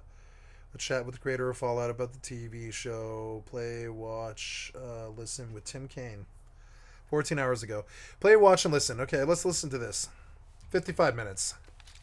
I like Timothy King. Can't get enough of him. He's a great guy. Good guy. Funded entirely by supporters on Patreon. Everybody, you'll notice today we have Tim Kaine joining us to talk about dogs. If you aren't familiar, Tim is how would you? I would describe you as one of the original creators of Fallout. Tim, does that feel fair? Is that an accurate assessment? Yep. Which is very cool. Thank you. We really appreciate that. Yeah, no kidding. It's yeah, one of my favorite franchises ever.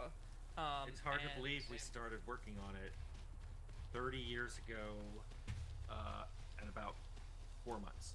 January of '94. Wild. That invariably. Well, actually, wait.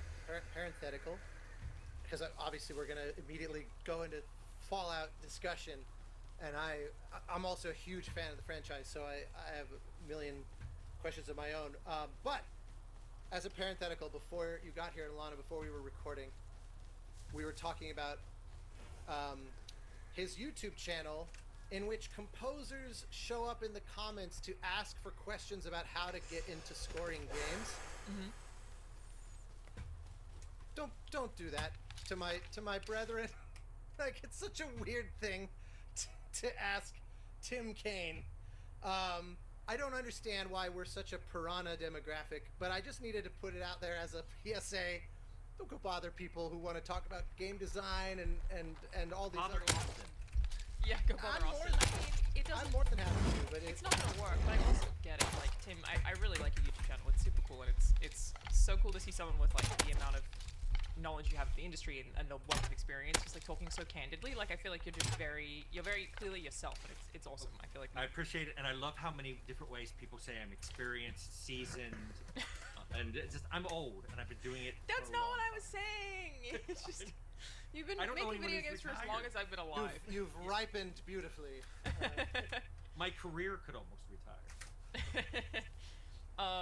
That would be impressive. But I get why people would come to someone who's accessible and friendly, who don't know any better, and ask the question. And I get try to why give them that- advice, but I really don't know Yeah. how game music composers got their jobs. Yeah, it's They're a always little just weird. there for me. Yeah. Well, and none of us know either, because it's always a string of one-off, lucky, random. This person talked to Yeah. that person, and they Yeah. happen to be walking in to meet that person, and suddenly you have a career.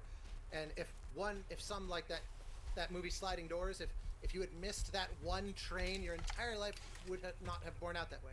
Totally. So it's hard to give productive advice. You also said something that blew my mind. You said you can't evaluate art. Not very well, no. Yeah. Go I have on. a very bad art sense, and I'm full spectrum colorblind. Oh, wow. Things make it. I did not know I've that. worked with a art director that I trust. It's one reason I've worked so many years or decades with Leonard Borarsky, the art director from Fallout. You know, we made Wow. Cricket I did not know together, Timothy another Kaine was colorblind. And then I worked with him on Outer Worlds. He was when they asked me to be a game director at the end of Obsidian, I said, I'll do it if you can get Leonard. Because I can't do it by myself. And I need somebody next to me that I trust completely, that all the art stuff will just be handled by them. What does that mean? What are the limitations that you feel like you I have? have the same question. Well, I find myself in meetings all the time Yeah. where they're talking about, oh, we have a new cinematic, or here's a clip from the game and we're going to talk about the visuals. And suddenly everybody's talking about, well, is this Art Greco or Art Nouveau? The palette's off. We really wanted this kind of lighting, and I'm like, it looks fine to me, but I don't want to say anything. So I just have never developed any kind of art aesthetic sense. I'll look at something and people are saying it's great. This is the best of this I've ever seen. I'm like, it looks fine to me. And then somebody will look at this and go, this is terrible. We can't put this in the game. What happens if you go to a museum? I look at the pretty pictures. But you're not like, nothing will... Probably not. I went to the Louvre once, and I thought the statues were the more interesting thing than any of the pictures. It's so interesting. Does that mean that when you say full spectrum, because normally when people say colorblind, it's like one one subset. Red, of green, color. red, blue. Yeah. So does that? I mean, were you born that way? It's really sad. I made an artist actually cry when I told him what was happening. In my family, and there's 5 kids in my family, when you get to be about 20, 25, your color vision starts to fade. Huh. And because I remember color, everything became like watercolors. There were no bright colors anymore. It was like pale blue, pale green, very washed out reds. And then pinks and oranges started turning into grays and tans. And I have 2 sisters. They have it. The gene, because my mother started developing it in her 50s. So she had the gene, and her father was born that way. Full spectrum color. So whatever he gave to her and she gave to all of her 5 kids, for us it kicks in the young adulthood. For her it kicked in late adulthood. Do any Wow. of your siblings have kids that are 25? I feel like that seems pretty unlikely, but Yeah, they're all older than me. Some of the kids are like, I think one of my nephews is colorblind, and it kicked in. wow. Neither of my nieces have it.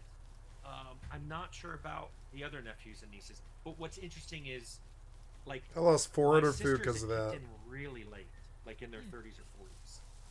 So maybe it comes in later for women than men, but it's strange. And I went at length. I actually showed, I used Photoshop to desaturate photos in front of an artist, and I said, okay, here's a bright photo, a bunch of fruit, and I started desaturating it, and I said, I'll tell you when it looks different.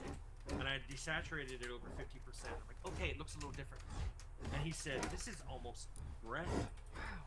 And I'm like, that's the world to me. Sky red That explains is why my jam. Fallout's so green and yellow. Oh, Well, we had an art director. Yeah, I know. But I was told Arcana and Fallout look kind of brown. As far as X-Men superpowers, this isn't the best one. Yeah. But talk about way to not be. It does come with a bonus. About it. Okay. And I didn't realize, I went to an ophthalmologist. See through because walls. She wanted to make sure I didn't have macular degeneration, and I don't. And she said, I bet you your night vision is really good.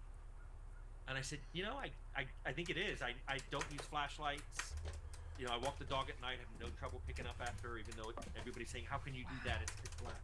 But I also have trouble driving at night, because when I approach an intersection, I'm like, is it the top light or the bottom light? Because that'll tell me how to go through the intersection. And in Austin, Texas, or Dallas, the lights are horizontal. And I didn't know Wow. what to do.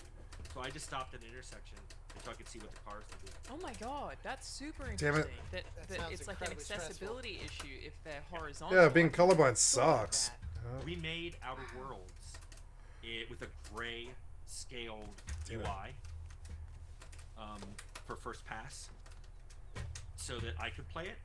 And then they were allowed to change was it an HSV space? They were allowed to change H and S but not V. So that guaranteed I would still see it and be able to play it. And because of that, there are no color blindness options in the Outer Worlds. Because anybody with any color blindness can play it. without needing Wow, those options. just by default. Damn. That's Wow, awesome. this Yeah, I could do a whole episode about this. no kidding. Yeah, talk about Dell Fallout. This is I really told you I Ah. rammed. No, we I love it. love That's it. our whole brand. 100%. I rebel too. It's funny how I don't know if you've ever gone scuba diving, but when you get down below 40 or 50 feet,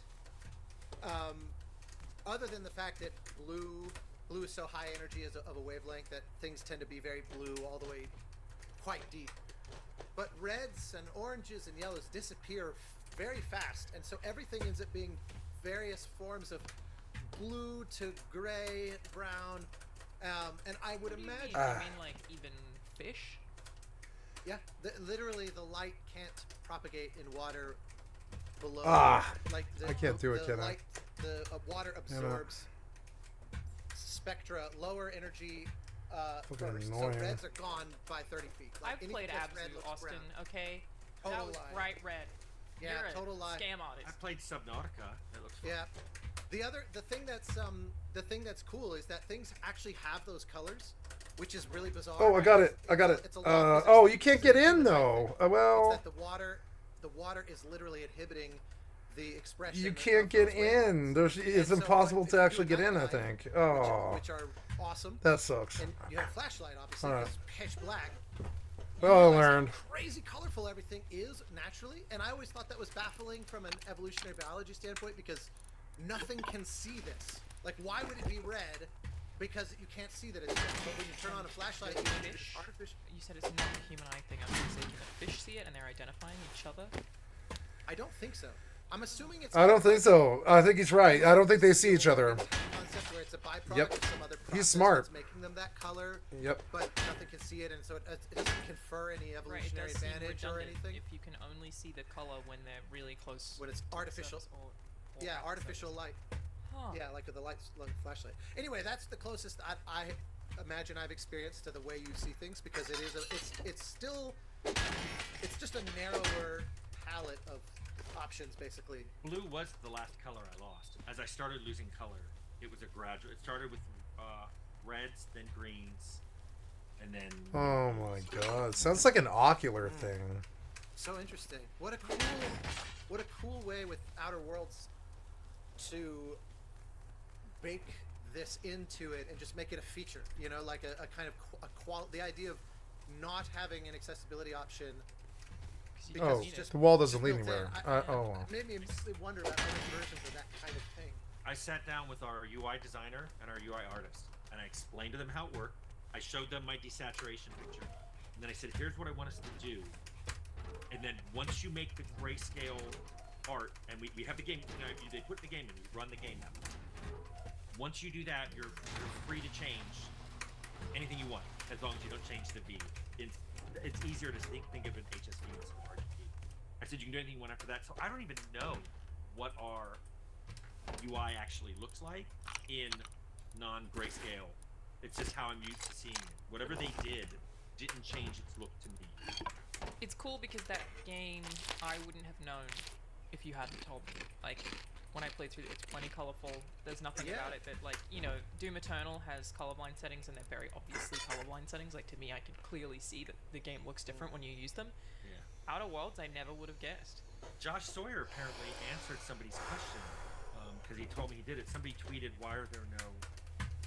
Why are some of the accessibility options missing on Outer Worlds, like colorblind? Which you didn't need it because the director Whole game's can't see colorblind. color." So Very cool.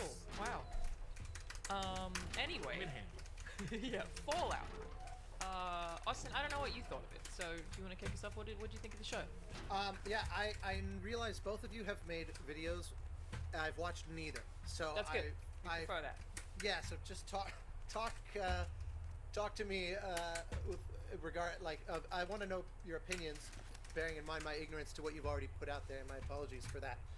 I really liked it. I think that now that there's been a surge of game adaptations for film and TV, we are now like with a modern production mindset, you know, versus, you know, like the 90s Mario or things like that.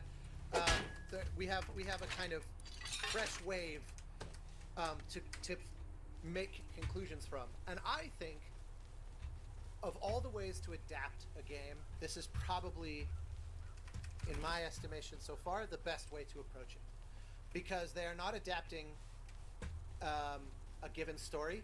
They are using the world as a narrative sandbox and telling their own, but it uses the same language. It draws on the things that you know. In fact, what I watched a review where somebody was saying one of the few criticisms that they felt strongly about was that if you hadn't played the games, the show might be a little impenetrable because it just relies on a lot of assumed knowledge.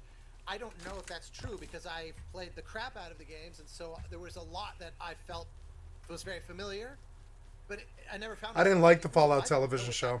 I wouldn't. I tried to. I've got it. Friend, I couldn't do I it. feel like I align with her tastes really strongly in film and TV, but she did not get the show. I didn't get the Like, show. She just not play the games. There was just so No, much, it was felt just. like she had so It felt many like questions Barbie that with she- ultra violence and never got answers to, like so she was, gore every and, episode like, just giving her like sex. how's the stim pack made or whatever, which to us is just who cares. That's the thing that tells you who cares, and I love that. Yeah, but they from the outside, I have embrace- a lot of questions. they embrace a handful of things like that. But the thing is, Fallout, the sense of humor in Fallout is so core to the identity. There's a bit of an irreverence to it that it would be weird to try to offer up a biomechanical. Here's how stim packs like. It's more tongue-in-cheek as it ought to be. Anyway, so my short summary, just in the widest view, is if I had a choice between more Last of Us shows versus more Fallout shows, I would definitely choose Fallout because I like for the storytellers to be able to tell their own, and I'm not constantly measuring it against a thing that I deeply love. As much as I loved the Last of Us show, you can't not just be frame by frame going, oh, well, that was pretty cool. That I liked it better when this one. Oh, it's hard for me to not hear Troy with that line. Oh, I like Pedro's version with that line. It's like, Jesus. Whereas this, you get to just get to sit back and do it. So to me, now, of course, not every IP lends itself to that. Like, I don't really, if someone pitched a Last of Us show that has nothing to do with Joel and Ellie, I probably would be like, just make a new IP at that point. Like, well, no, but you could dig into factions, which, like, I guess is what Fallout's done, right? Like, you could dig more into just specific Fireflies or whatever. Like, I guess. I mean, episode 3 is most people's favorite. It doesn't have either of them in it. I mean, that's a excellent rebuttal of my Shut up, argument I'm making. I know. I'm sorry. I'll catch you guys later. So yeah. Anyway, that's the long and short of it. What were your? What is that? Are you broadly in agreement? I also just, of course, have the very obvious low-hanging fruit question for you, Tim. Just what is it to watch something evolve over a 30-year period and to become a thing that now, more people watch this than the freaking Lord of the Rings show on Amazon. I mean, that's quite a thing to behold. I can't really even approximate that in my head. I deliberately talked to some of the, I've called them the OG crew. I've called some people on the team, and we've talked about what it's like because it's very surreal.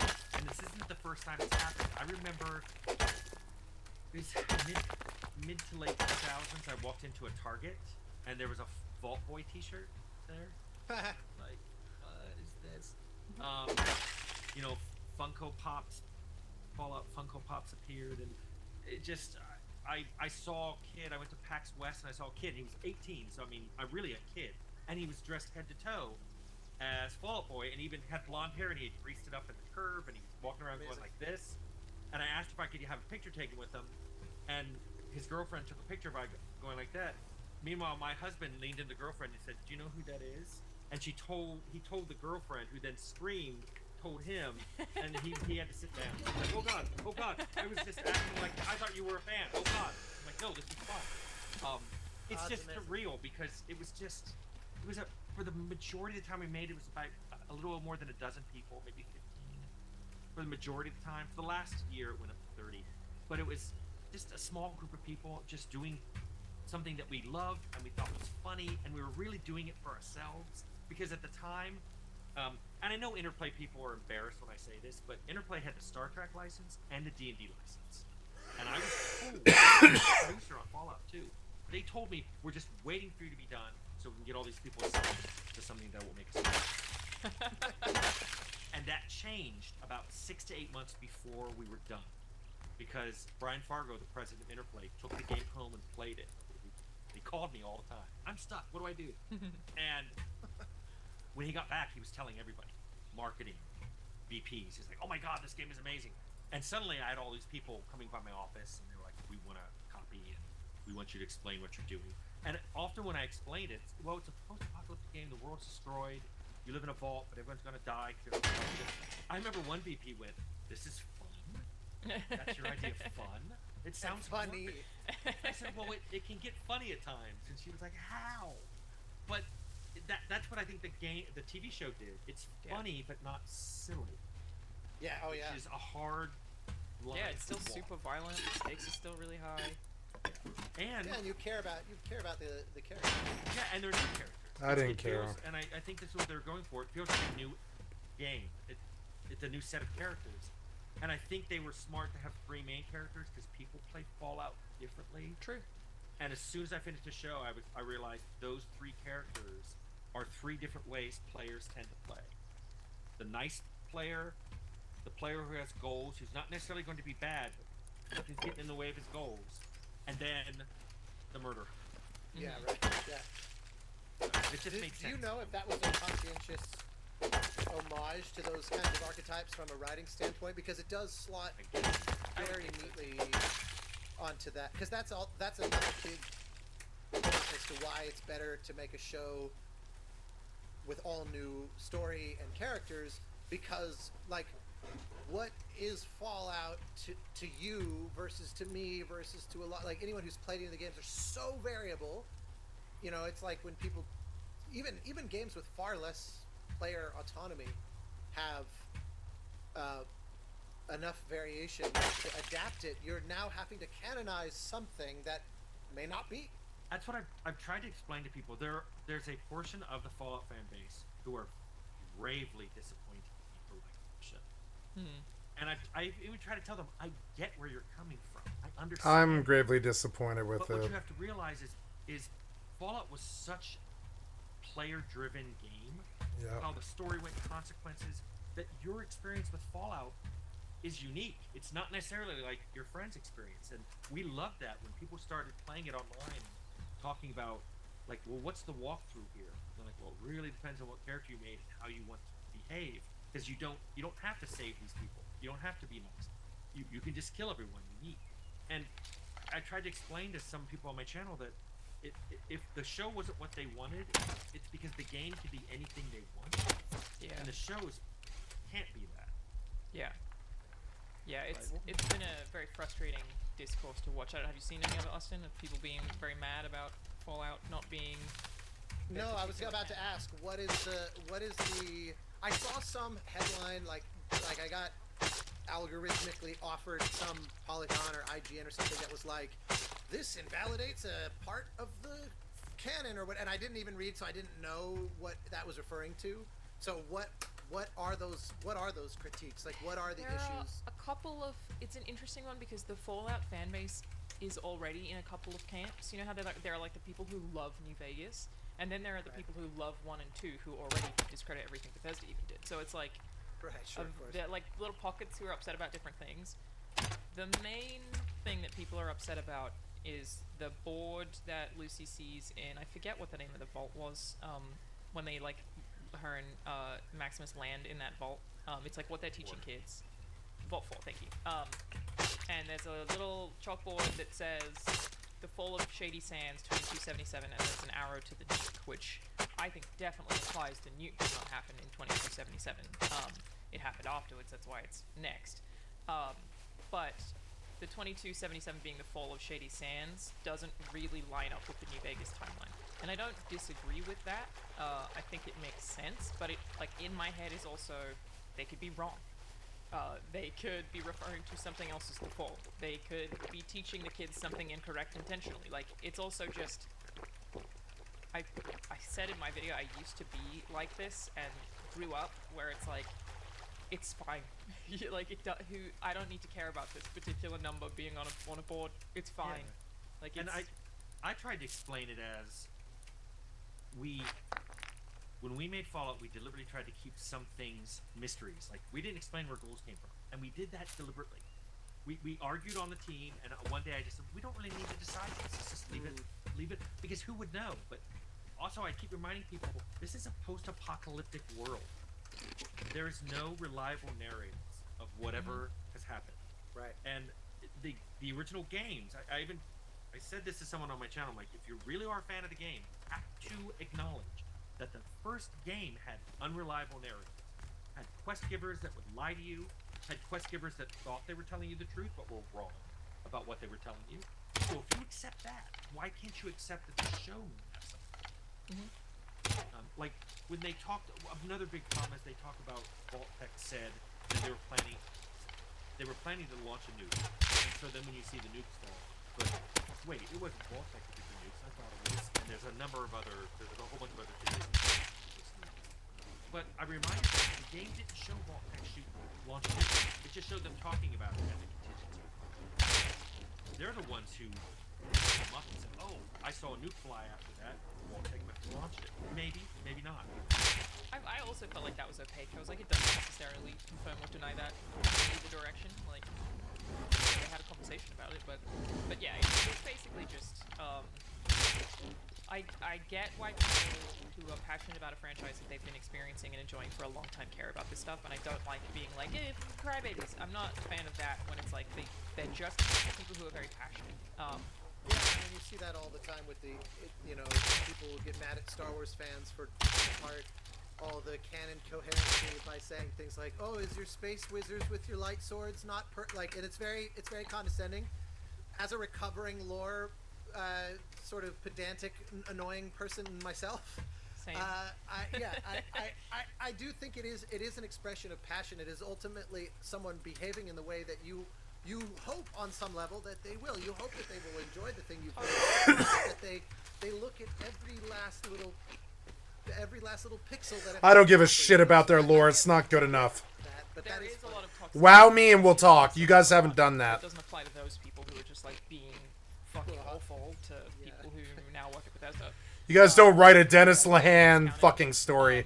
So You're not I even get- in I that get league. being passionate Not about even. it, but at the same time, I don't think it serves you. Like, if you're a huge fan of something and something doesn't align exactly with what you think it should, I just think you're just burning yourself by getting super mad about it when otherwise the show Yep. is so It's doing a discredit to accurate. yourself. Like, Yep. in so many ways, when so many things have been so bad, like, we've had so many terrible adaptations, and it's like, this is so tonally correct.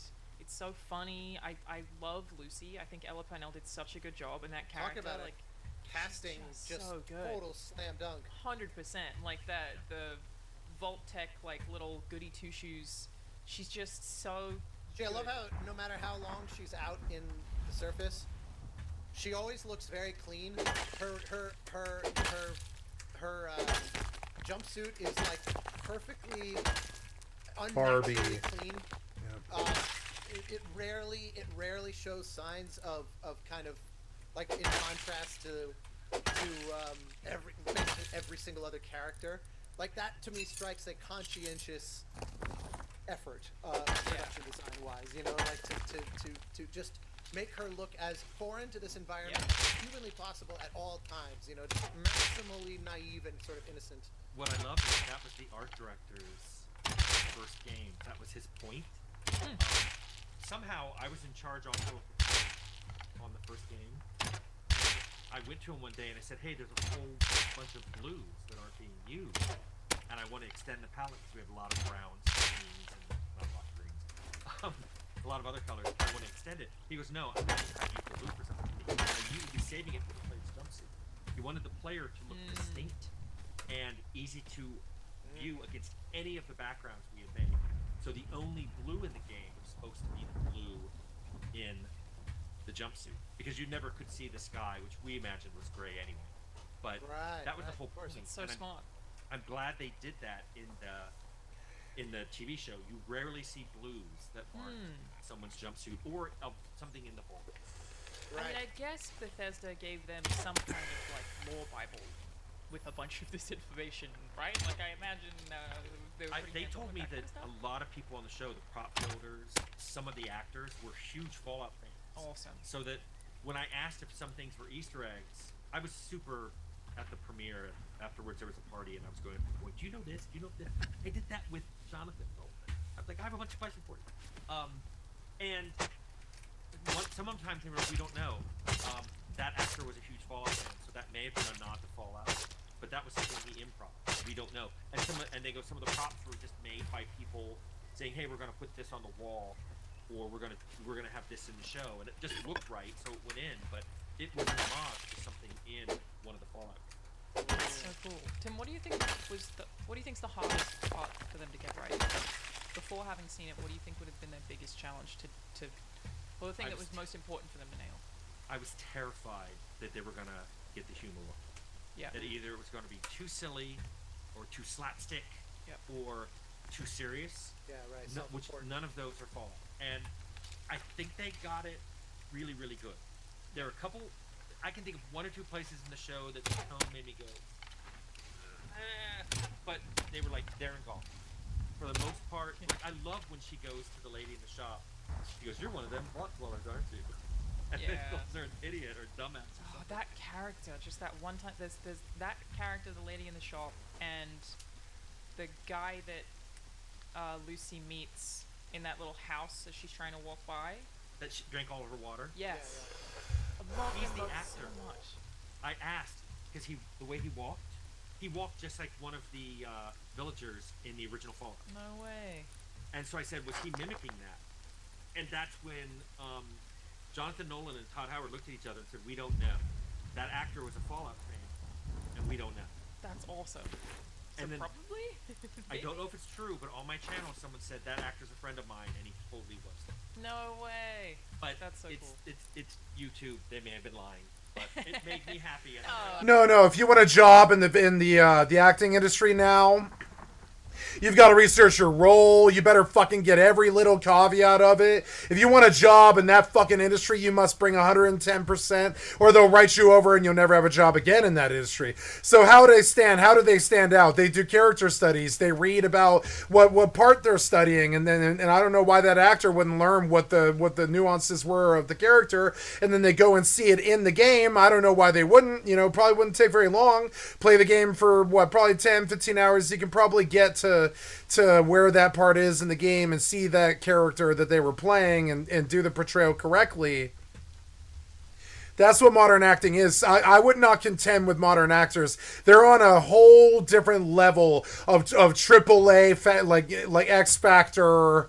They're required to do much more to keep their jobs. It's competitive. It's, so they do whatever they fucking have to nail that role. And if it means going and playing the video game character that they're portraying to learn the ins and outs of how to portray that character, they'll do it. And I don't know why they wouldn't do it either. There's so much money in it. If you can be a successful TV actor, even an extra can make some pretty good money to just sort of sit around and drink coffee all day and wait at set to, like that, like Entourage, right? Or extras, right? Or extras. Like it's a good job to sit around and talk to intellectuals and drink coffee all day and wait to go on set and wear some cool costume. That's a good job. But in order to keep it, they do the character study, They learn what it is that they want to do. There's actually kind of jokes on the cartoons and stuff about how really annoying and insufferable those actors can be, because they're like, okay, I don't know if I've got the gravitas, and they'll talk to you like this. I don't know if I've got the gravitas. Is there a hitch in the swing of his lope? Is there a lope in his walk? And they're like, what? They're like, what? And the director's like, what? And that's how bad those actors are, because it's competitive where they come from. So they know the role that they're playing. They'll play the video game to go see the fucking video game character that they're playing the extra of, and they'll try to nail it. I mean, because it's a good job. They'll go keep that job for doing so, and they get to continue to sit around and drink coffee and talk bullshit with extras all day and drink on Saturday night with LA's cool people, and keep their jobs. So I don't know why they wouldn't go study the character actor, even if it is a video game character. I wouldn't put it past an actor to do so. I would not be surprised if they did. Actors get a bad rap, but I in my opinion, from having been around the scene for a bit, in the Denver, Colorado scene, my friends, they used to run. Oh, sorry, they still do. I forget the name of the production's house now. I should drop it, but I can't remember the name of it. It used to be Badass Bitches Brew Productions. Badass Bitches Brew, something like that. And they are a zombie company that does zombie films on a third party basis with low fundage, and they're trying to make it big off of like indie scene stuff. And so I hung around them for a couple of years, and I was even in some of their movies as extras and stuff, and I learned how hard and how much work those guys actually do. They view it as like, rather than having to go out and like sling a hammer in a coal mine, or sit at a cashier, or work at a grocery store, or whatever, like be a lawyer or a doctor, they can sit around and be thespians and watch drama all day and watch television and movies all day and sit on their phones and talk about the newest Hollywood release and all this stuff, and they consider themselves actors. Now in the scene, they get a lot of hatred for being kind of lazy and rich and layabout and all this, but or being drug addicts or whatever, or a bit too much dramatic or bad at their jobs or anything like that. In my experience, like a lot of them work really, really fucking hard. A lot, like maybe harder than some of the physical labor people that I know. They do these 50-hour weeks or 60-hour weeks on a production, 78-hour, 80-hour weeks. They freak out about every single detail. They make sure everybody in the cast is taken care of and being able to do their job and make it the best fucking production that it can be. It's show business is hard work. It's like really, really hard work. You have to get the camera down, the mic, the boom, the grips, the film, the tech that you use, the script that you go with, the actors that you go with, all that stuff, the auditioning, the filming, the extras, the writing, the in the moment, the out of the moment, the PR is the worst part. Afterwards, you got to sell it to everybody you ever met. You got to sell it like, here, watch this movie. It's good work. Remember this movie. It's a good movie, right?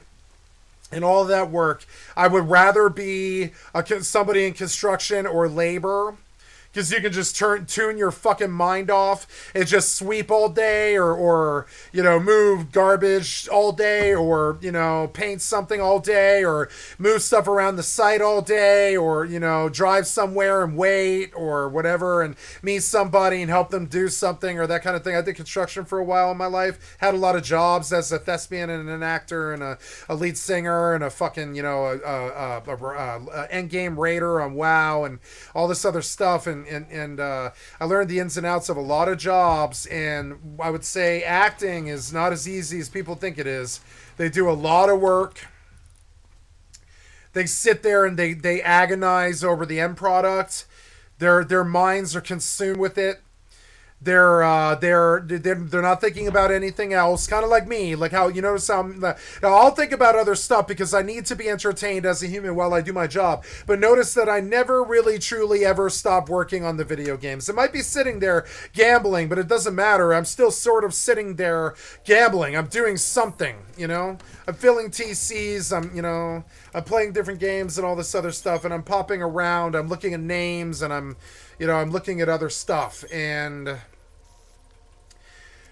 like for instance, right now I got a hankering to pop a tab, excuse me, and go to the what games to play on PC and the Steam game and player statistics. So we're just going to take a look, and we see that Disco still holds the crown with a 97 sitting above Half-Life 2. Baldur's Gate 3, The Orange Box, Half-Life, Bioshock, Baldur's Gate 2, Persona 5 Royale, Portal 2, The Elder Scrolls, Mass Effect 2, Grand Theft Auto, Sid Meier's Quake, Bioshock Infinite, Elder Scrolls, Elden Ring, Grim Fandango, Diablo, Sid Meier's, Witcher 3, Company of Heroes. I can't believe Company of Heroes is still sitting in the top 25. I wouldn't really say it's that good. It's a really good RTS, but I would never return to it. Dwarf Fortress is doing really well, but the problem with Dwarf Fortress is it doesn't have an economy. They've got to fix that.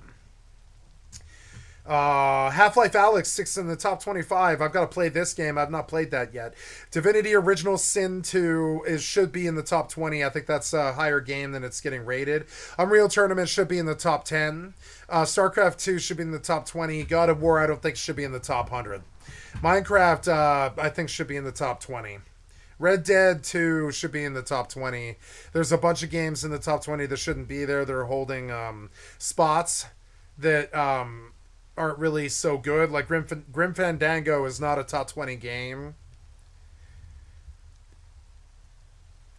All of the rest of these games are, except for, I wouldn't say Persona 5 Royale is at all. I would say Final Fantasy 7 is. I think Persona 5 is sitting in Final Fantasy 7's spot right now, and I don't know why. Perhaps I better go look at a Persona 5 review, because I'm sort of ignorant of the Persona games past 3. I played Persona 3, and I remember the high school experience and the fighting and all this, but I didn't think it was a very good game. So, I'm just saying, I did, as far as JRPGs go, I played something like 500 JRPGs, and I thought Persona 3 actually sat in the lower 400 or something like that. So, ooh, that's probably actually a really good video to watch. Oh yeah, hey, cool. Hey, let's look at it real quick, right? He drops the information right away. Yeah, it turns out that the best spell that I can reach. Oh god, there are so many spells in this game. I had no fucking way. So anyway, I had no idea. So yeah, I guess I'll go take a look at Persona 5 Royale in the store, and I might buy that. And the only 2 games that I can, well, there's like 3 games that I haven't bought that I kind of want to do. The one that I liked that I didn't take the time to do, and I wish I had played more Borderlands 3, and I every once in a while I get a hankering to play Borderlands again, and I have a really good option of games to come back to when I do that. But I kind of got my fill of Borderlands again. I mean, I think, I kind of did. I think I'm kind of done on Borderlands for a little bit, but can't do too much Borderlands. It's kind of hard for me. It's just not as good as WoW or something like that, So, so maybe I'll go see Persona 5 Royal, excuse me. I will go,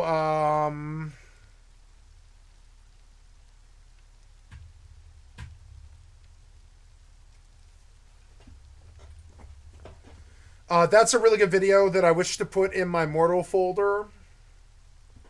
Yep, probably a lot of information there, very valuable. Looking for Persona 5 Persona 5 Royal. I want to see a Persona 5 Royale. I always thought it was Royales. I always thought it was Royales, but I guess not. Royal, huh? Sort by, filters, view count. So this is basically Persona 5, right? I don't really know. This is a very popular...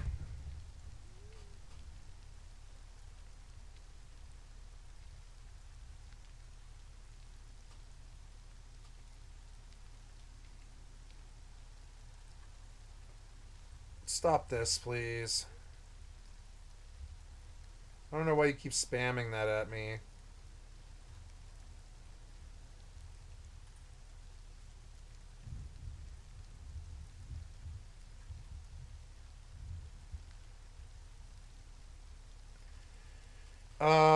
Let's go listen to this. This might be a good video for what I'm... The following video was rated M for...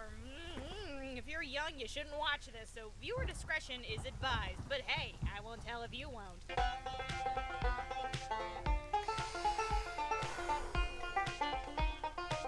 Super butter buns. So Persona 5 came out in 2014, 2015, 2016, 2017, and everyone was like... Oh my god!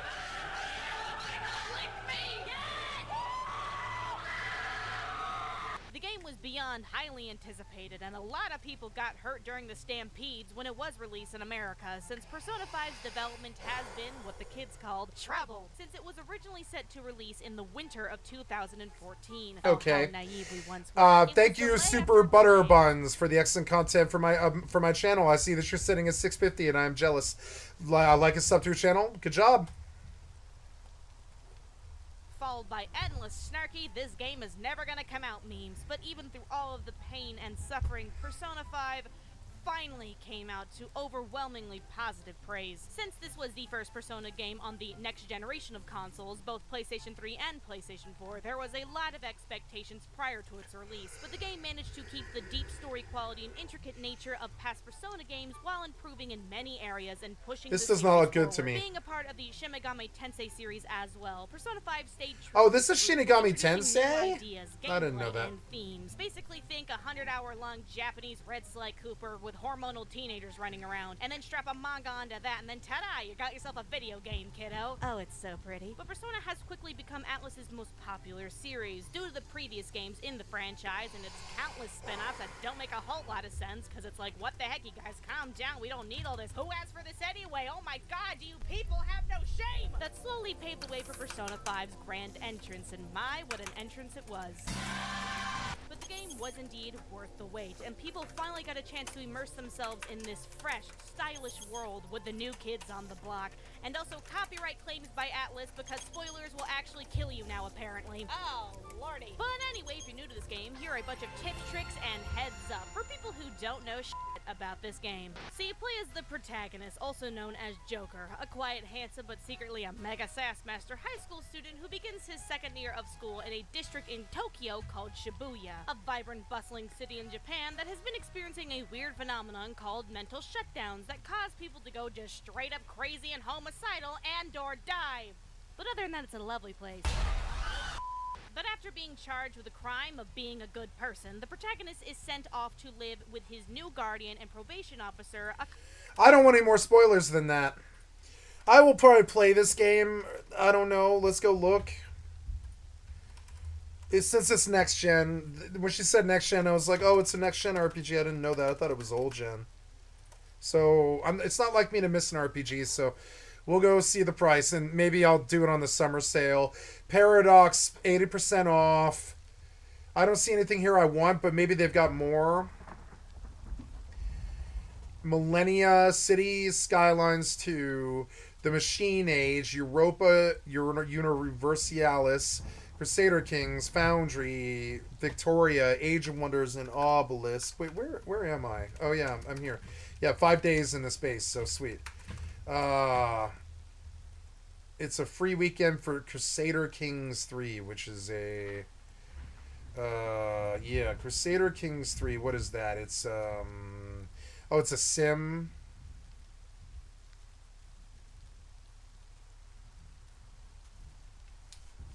I don't like these grand strategy sims. I heard Foundry is good, but I don't like those either. I'm a very, very Asperger's specific person. There's only a certain subset of games that I like. It's unfortunate. But I look, you know, I heard Stellaris is good. I wouldn't mind getting that for $12.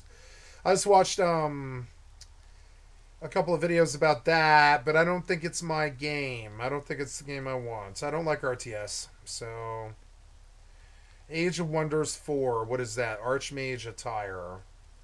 Fantasy 4X. Fantasy 4X. Okay. Well, Age of Wonders 3, Obelisk, Victoria 3. Yeah, I don't think I want any of these games. I'm sorry. I don't think this is the studio for me. I think it's a great studio and really great, wonderful games, but not for me. You know, just not my style. Good games though, definitely. You know, unfortunately. So Hades 2. Yeah, if it wasn't isometric. Yeah, if you get a goddamn 3D game there, I'd play it. Yeah. Undawn. MMORPG survival. It's mixed.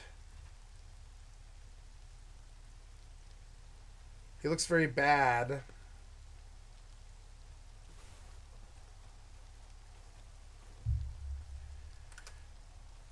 This game is being fairly loud right now. And I think I'm just going to mute it because it's like this sound in the background.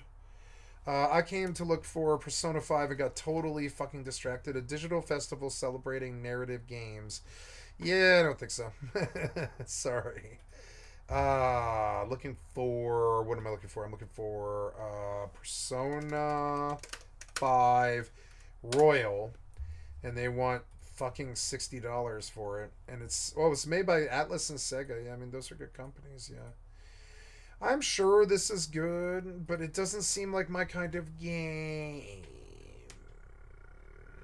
I don't know. I don't think this is... it takes 80 plus hours to beat. Avoid the fandom. Bonus tip, avoid the fandom.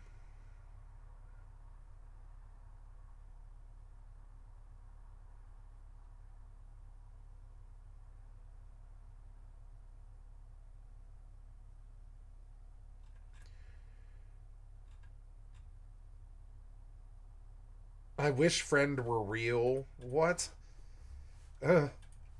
What the fuck are you talking about? You fucking crazy people. Like, what you said sounded crazy.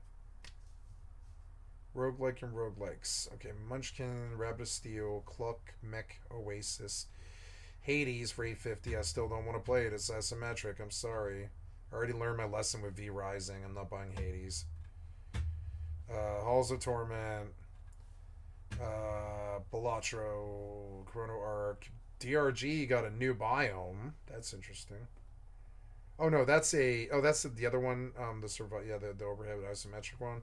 Why do you keep making isometric fucking ripoffs?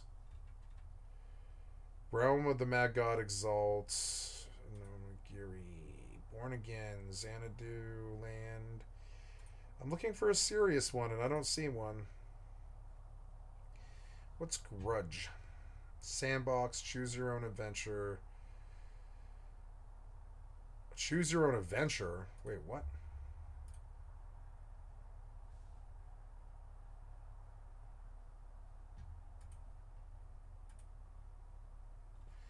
It looks interesting, but I mean,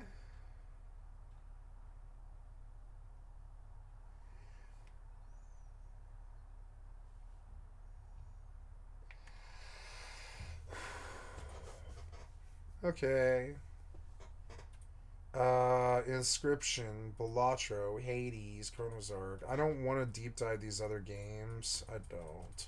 So, well, yep. And I'm sure Dave the Diver is good. Backpack Battles, Risk of Brain, Dead Cells, Noita, Vampire Survivors,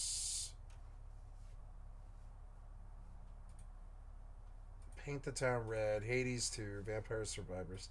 Yep, so nothing too... I'm just making sure that I don't miss out on anything. Oh, and then I don't believe we did the... finally, we never did the Steam charts, so...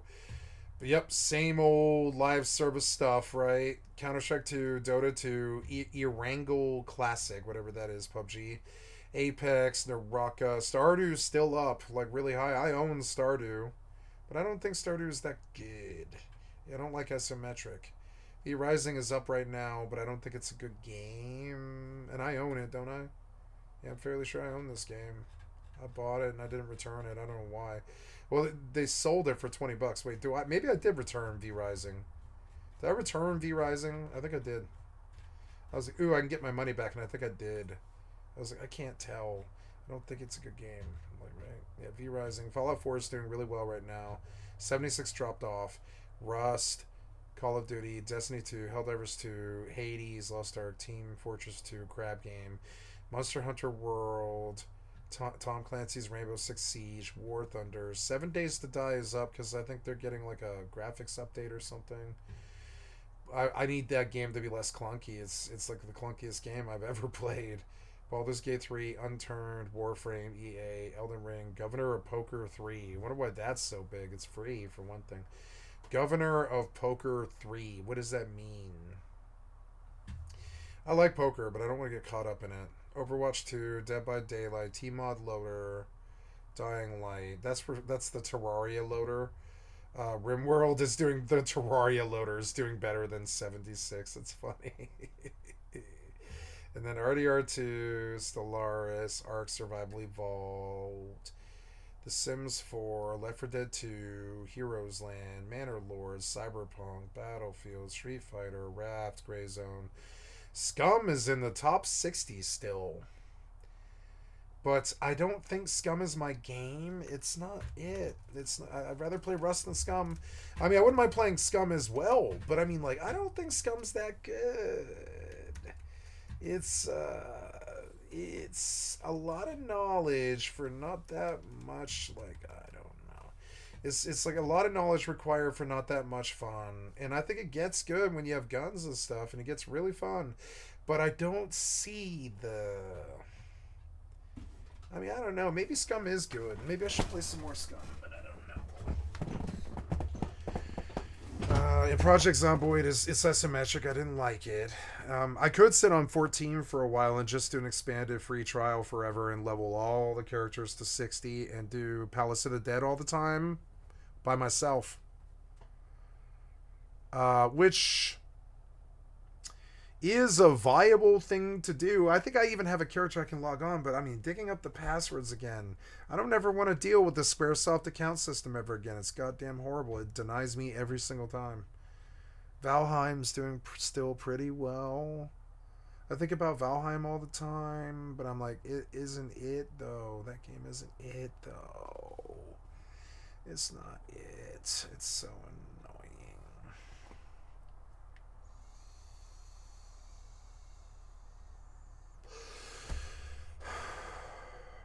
Black Desert still got 20,000 people. Battlefield 2042 still has 20,000 people. Albion's got 20,000 people. It seems like everybody's kind of broke off into their little cliques. Hunt Showdown's got 20,000 people, which makes no sense to me. I didn't think that game was good at all. It was so clunky and shitty. It wasn't fun to play at all. Maybe I should try Scum again. I think about it all the time. I'm like, should I try Scum again? But I'm like, Dead by Daylight sits up there pretty fucking high. But I don't like Dead by Daylight. I have played that game. It's like,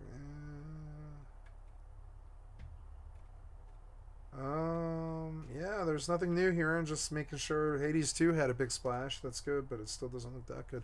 Rust is in the top 10 still. It's like good. I feel good that I'm playing a top 10 game at least. If I had to pick a top 10 game, it would be Rust. Maybe I should try Stardew Valley, but I don't really like Stardew Valley. It's isometric. It would be very good if I had somebody to play it with, but as solo, don't think so. Don't think so.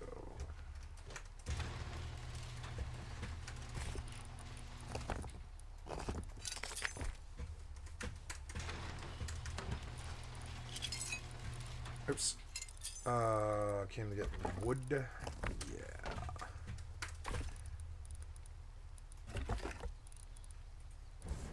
Okay, so I believe I'll go play some Mortal 2 since these bases are paid for and all this stuff is taken care of and I've got all the time. We got 38 hours, 36 hours in the desert base and 3 days in this base because it's not a very big base, and I can just like disconnect here because the other one had like 38 hours and my other base has at least 28 or something, and I can always go back there when I go to bed. Oh, damn it. Just check it, you know. So, yeah, Rust's in a good place to stop Rust. I guess I'll do some work on Mortal 2. I seem to be able to play Mortal 2 if it'll give me a good frame rate. So, you know, yep, we'll just try and play Mortal 2. You know, no problem.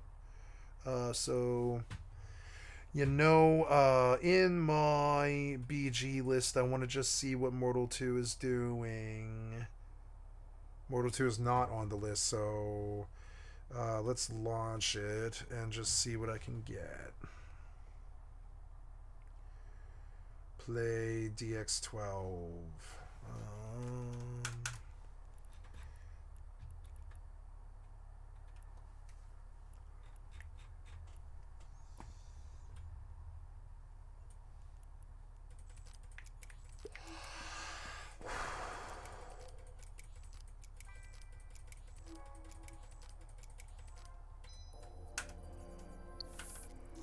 I need to log, or no, I don't need to log in, but I need to go do some money stuff.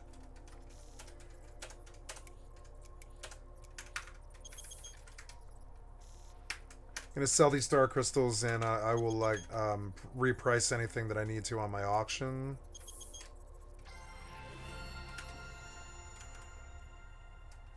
I don't like this podcast. It's boring me with Timothy Kane. I mean, I liked it, but it was just like, I think I'm done with it. They all sound like smug NPR people to me, which is like sort of weird and annoying to me.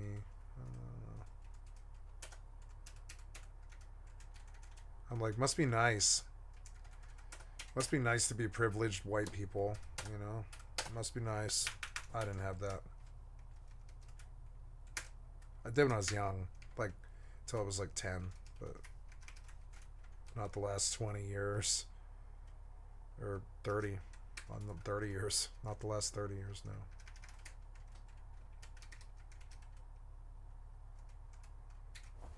So, Todd Howard interview. This game should have never succeeded. YouTube's most infamous bullied children. The super mega allegations. It got ugly. Let's go back and see if I can find something else. That was good, but yeah. Why Stardew Valley's creator, blah blah. Persona 5 for winners. What happened to Dragon's Dogma 2? Full review. A chat. The good, bad, and the lies. Why I love Fallout New Vegas. What my backlog taught me. Dead Games News, response from UK government. The industry is breaking UK law. Dead Game News. Okay, my game sucks. Why Stardew Valley's creator hated his game. Okay, let's listen to this one about Stardew Valley. I've heard this one before, but... Or not this video, but I've heard what they're talking about before, though. It's not a new concept to me. This game sucks is exactly what went through Eric Baroni's head just a few days before releasing his game Stardew Valley. Wow. Eric had spent the last 4.5 years working on it day and night entirely by himself, and he hated it. But it would near instantly become one of the most successful indie games of all time. Wow. So how did something its creator hated do so well? Let's find out. Now, Trying to making a buy game entirely by yourself fire is not crystals. easy. Yep. You need to know how to code, compose music, make art, and so much more. So, where did Eric learn all of these skills? Eric's first source of inspiration was his parents. He describes his mom as a very artistic person, while his dad is a more logical, technical person.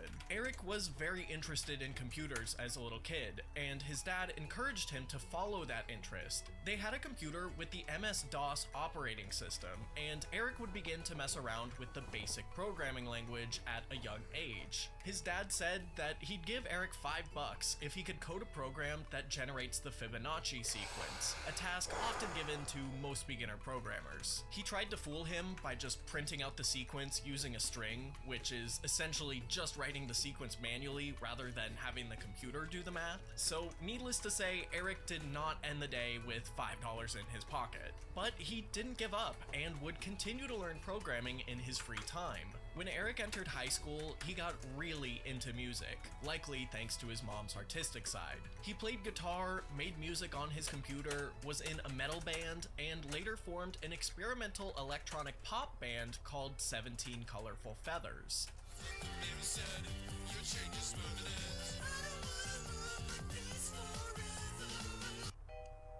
I think it When they sounds released good. an album online, Eric wanted to include a game with it and made this, the official 17 Colorful Feathers adventure game. If you get stuck, the game's instructions tell you to message them on MySpace, which, well, just make sure you don't get stuck. In an interview with Eric, he thinks that this game is pretty embarrassing now, but for a random game made by a teenager for his band, I think it's pretty cool. Eric would soon get a job at Auntie Anne's, the pretzel place, and would draw stuff whenever things were slow.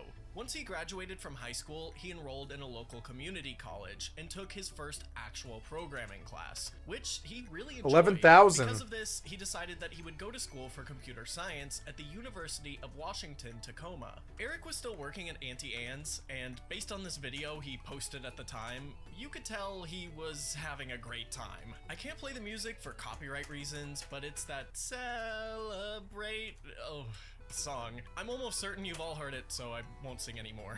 But Eric would soon become very thankful that he still worked there, as he would soon meet Amber Hageman, a newly hired co-worker at Auntie Anne's. Amber was drawn to Eric's creativity, and they soon began dating. One of their common interests is that they both love the Harvest Moon video game franchise, all of which are life simulation games where you inherit a small farm, clean it up, watch it grow, make friends with the nearby town citizens, go fishing, participate in festivals, and really just live the lifestyle of a rural farm owner. Eric and Amber would spend date nights playing Harvest Moon Back to Nature, passing the controller back and forth. Around the time Eric graduated from college, things were getting pretty serious between the two, and they moved in together to Eric's parents' house until they could afford to move out. With his brand new computer science degree, Eric began applying for jobs, but he wasn't having much luck.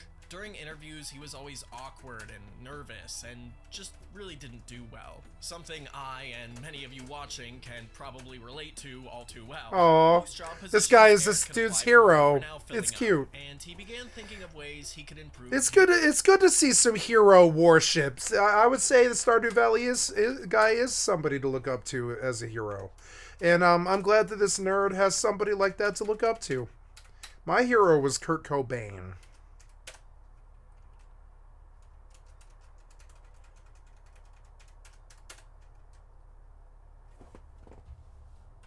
His quickly shrinking odds. He decided that he wanted to try making a video Elliot Smith, Trent Reznor, Chris Cornell, Scott Weiland, Bradley Noel, Chino Marino,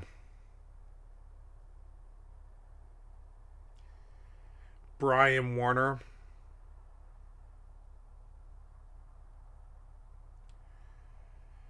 Jonathan Davis. Game. He soon decided on making his own version of Harvest Moon. Eric, like many other fans, had searched for years for a game that captured the magic of the early Harvest Moon games, but nothing existed. For a while, he even roleplayed on Harvestcraft, a fan-made Harvest Moon-themed Minecraft server, until activity fizzled out. The Harvest Moon series had fallen out of favor by most fans with the last few releases, due to a copyright dispute that would double the video's length if I tried to explain it, as well as a steep decline in quality. Like, look at this. What even is this? Why does this character not match any of the other graphics in the game? And the water in this river is flowing sideways? Unironically, Farmville looks better than this. Eric told Amber that his game would take him about 6 months, so he'd have a cool project on his resume once the next round of hiring started up. As you now know, his estimate wasn't even close. Over the next few months, So he Eric would copycatted wake up, Harvest make a cup Moon. of coffee, head over to his computer, and spend I would say all he did was like make sure that Harvest Moon existed in the modern age. I wouldn't say that he did almost anything original. And so that's my problem with him. I'm down with him. I'm down to worship him as a hero. I think he's a great developer. I think he did something really amazing. But I would say originality isn't something he's probably very known for, you know? And I struggle with that when your hero isn't an original. They're a carbon copy of Harvest Moon. So I'll just tell you how I feel about it, you know? Yeah, like I get wary about pushing the people who are carbon copies of other people a little bit. Rest of the day and night working on his game, which he would call Sprout Valley. Although, not for long, as he'd rebrand it to Stardew Valley soon after. Now, all developers also need a cool alias to go by, like how Marcus Persson, the creator of Minecraft, goes by Notch. Fans of Stardew Valley may know that Eric decided on Concerned Ape, but it wasn't his first choice. Originally, he was gonna go by the name, and I'm not joking, 3 Piping Hot Mouse. And before you ask, no, he never explained why. Eric took a pretty What's wrong with unique that name? approach when it came Nothing. to developing Stardew Valley. Most indie developers these days start with an engine built for making games, like Unity, Game Maker, or Godot. But Eric truly wanted to build this game from the ground up. Using his knowledge of the Java programming language from college, he taught himself C#, which he would code the game's engine in with the help of Microsoft's XNA framework. XNA isn't a game engine, but more of a set of tools to help developers make Windows and Xbox games. It is much harder than using an actual engine. In order to create pixel art, he began reading about pixel art theory and watched dozens of hours of YouTube tutorials. He would then make every piece of art in the game by hand in a program called Paint.net, which I actually use for most, if not all of the thumbnails on my RuneScape channel. There's my shameless self-promotion for this video. As you might have guessed, Eric also composed every piece of music in the game in a program called Reason. With every aspect of the game as his skills improved, he would go back and redo things. The portraits of the game's townsfolk, for example, were redesigned at least 10 times during development. He'd lose entire days just fixing things he had made weeks ago. Eric would also jump around quite a bit when it came to coding the game. He'd build about 90% of a feature, get bored, and switch to something else. Some days he was extremely productive, while others he got nothing done. He'd sometimes waste days on 8-hour sessions of Civilization, old Final Fantasy games, or just browsing Reddit. When Amber got home, he'd switch programs to make it seem like he hadn't just spent all day slacking off. But when he got an idea in his head of a feature he wanted to add to the game, he'd work non-stop until he was happy with it. It wasn't the most efficient way to make a game by any means, but it worked for him. Now, Eric's schedule didn't change much, if at all, every day. Since he was living rent-free with his parents, he didn't have to worry about money, and by now had given up the job search entirely. Did you really think that living with your parents meant that you don't have to worry about money? Seems like you might think that. The fear of not finding a job was no longer the reason motivating him to make this game. Like, for instance, did you know I pay rent? I pay rent and it's because I take up a lot on my parents' place, and I pay rent. You know what I'm saying? I pay rent every month. Oh yeah. You know, like, I won't say how much, but I mean, I pay rent. I pay rent. I pay major rent. You know, so. Yeah, just understand wherever this thing about, oh, he lives with his parents, so money isn't a thing. Fucking naive. Instead, it was a different kind of fear. He said, I was afraid of the grind. I was afraid of sitting in a cubicle and programming something I thought really boring, and I wasn't passionate about. I wanted something different, and I wanted the freedom to do whatever I wanted. Eric wanted to make this work, no matter the cost. But living as a couple at your parents' house isn't ideal, and Eric and Amber soon wanted to move out together. But you need money in order to do that, something that the couple didn't have. So Amber decided to get a job as a caretaker that she would do on weekdays after school, and also got a second job working as a barista on weekends. Meanwhile, Eric would continue just working on the game in their apartment. Now, to most people, this arrangement sounds completely unfair, and maybe even unrealistic. No, he's... Amber didn't seem to mind. No, he's a creative. Like, trust me, this is what artist couples do to support each other. Like, for instance, when I was a child, when I was 18 years old, I helped put, both financially and just support-wise and driving. I drove her to work and to school every day I was with her for 3.7 years. It was like 3 years and 7 months, something like that. My second girlfriend, my second high school girlfriend, I helped put her through masseuse school.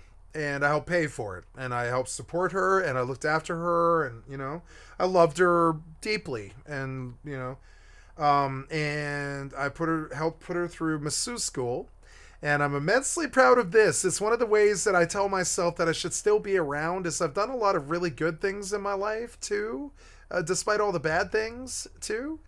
But one of the things I did is I put a girl through masseuse school when she was young for about 3 years, from when I was like 18 till we were like 21 or 22 when it fell apart finally.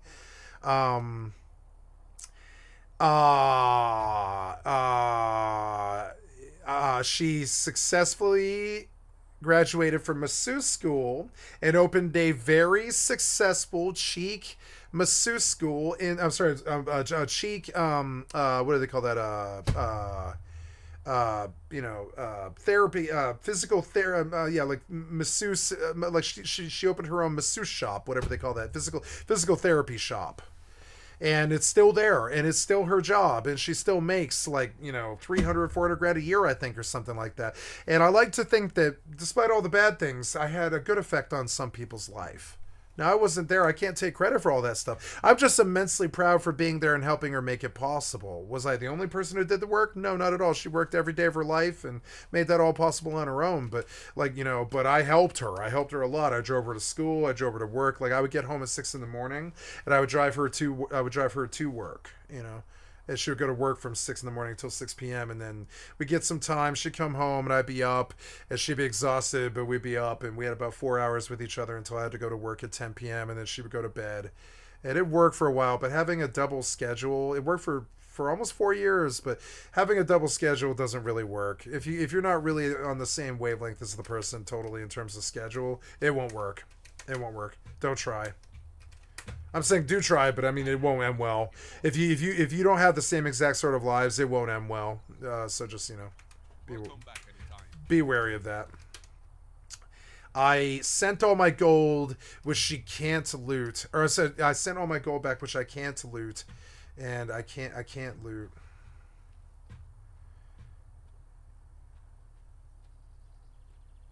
I guess I'll have to send a picture of what I can't get back, and I'll have them send it to me. But I mean, I'll have to do that off stream one day when I'm tired or bored, or not tired and I'm bored or something. But I don't want to do that right now.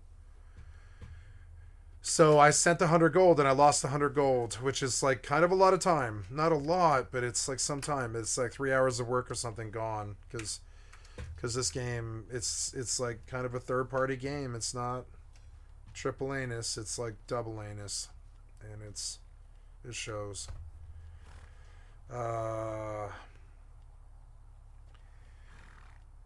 She'll have to make all her own money. I guess in the house they'll share the same storage, so this won't be a problem. But the problem is I just lost all my money, so I'm gonna have to like go sell all of this fucking wood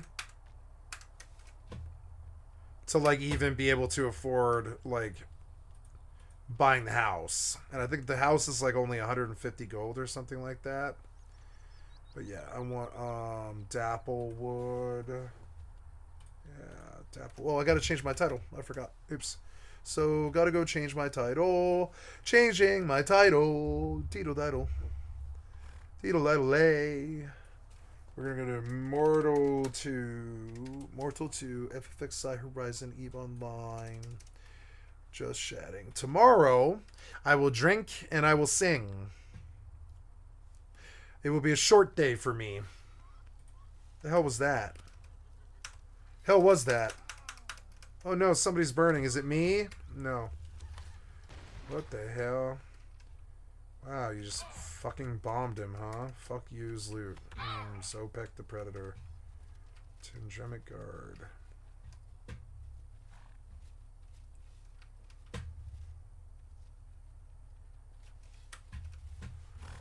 Okay, well, I'm not really too interested in that. So, yeah, I'm gonna sell that wood, Dapple.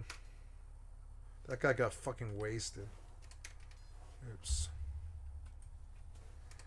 Dapple wood. 38. 22 gold, which is good. And oh, did I not sell all of it? I guess I didn't. So dapple wood. Okay, and 29 gold, 30 gold. That's good. I can't believe I lost 100 gold. I'll have to actually fix the whole thing. So, but I can still do work on my main or my second character. That sucks that I lost all that gold. I mean, I didn't lose it. It's just locked up now, and I've got to get it fucking dealt with. I should go see if it'll let me loot the... Damn, that's cold.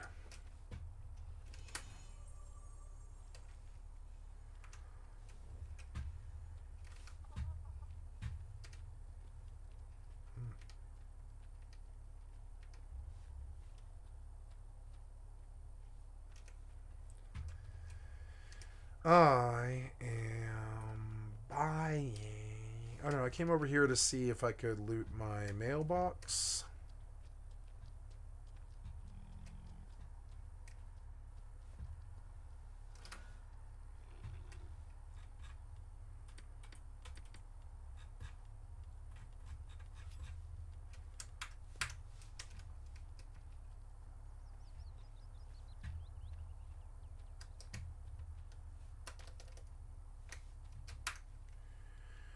Okay, so I think I'm done here. Oh, no. I needed the gold. I need some of that gold to buy books, because I think the books that I've gone through my book. Yeah.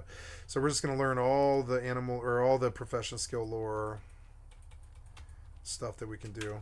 Now, you don't really seem to have the right stuff. No, like that. Yeah, like that. Oh, 1280 by 768.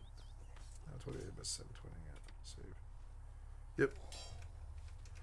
But now you aren't acting right, and that sucks. Damn it. See, this client, man.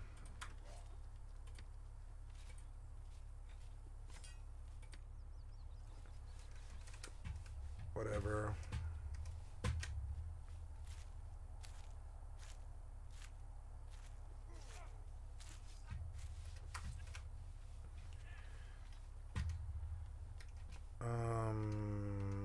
gotta grab gold to go to the library and get a new book in my head.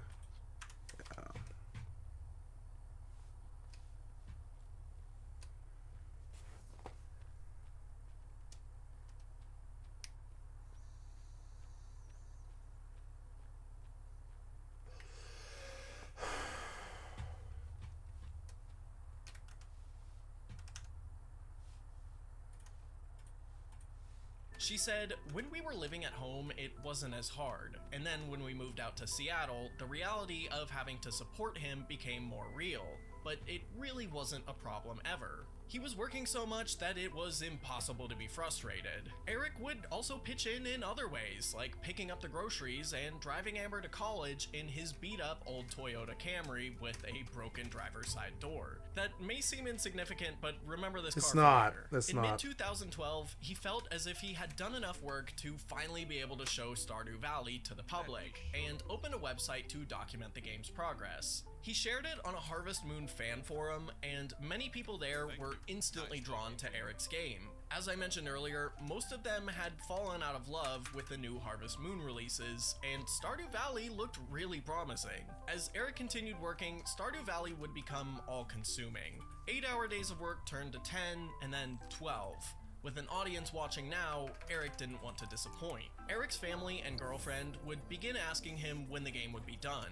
He'd say in 2 months. 2 months would pass, they'd ask again, and his answer would be the same. Eric said, I had to prove that I wasn't just crazy, that this wasn't just a pipe dream, and that I was actually gonna follow through on it. That was really getting to me, psychologically, thinking about whether I was wasting my life, wasting my time. So part of my strategy was to convince the people around me that they should believe in me, but that was difficult. I was definitely embarrassed. Eric's duties as a partner took the back seat, and Amber began to feel quite lonely. She was fully supporting someone who she barely interacted with every day. She said that he would be working all day till 11:30 p.m.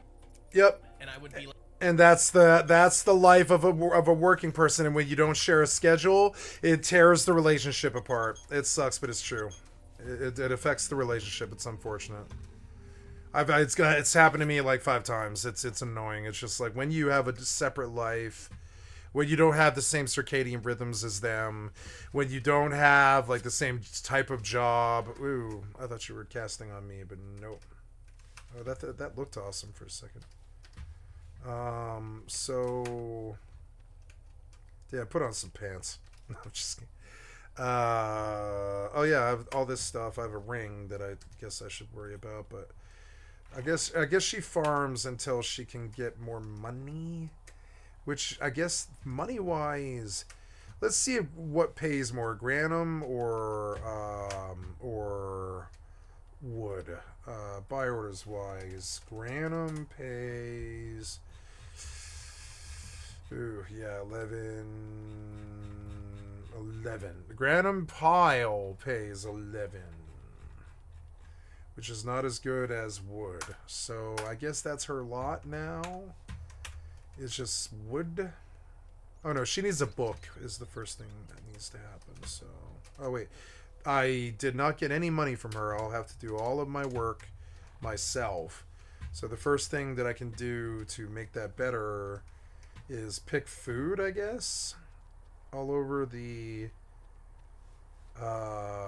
city, because I'm essentially setting out for the first time on this character, and she's got to make her way, and I can't send gold because their goddamn mailbox is incompetent, like all the other developers, and I've got to get around that. So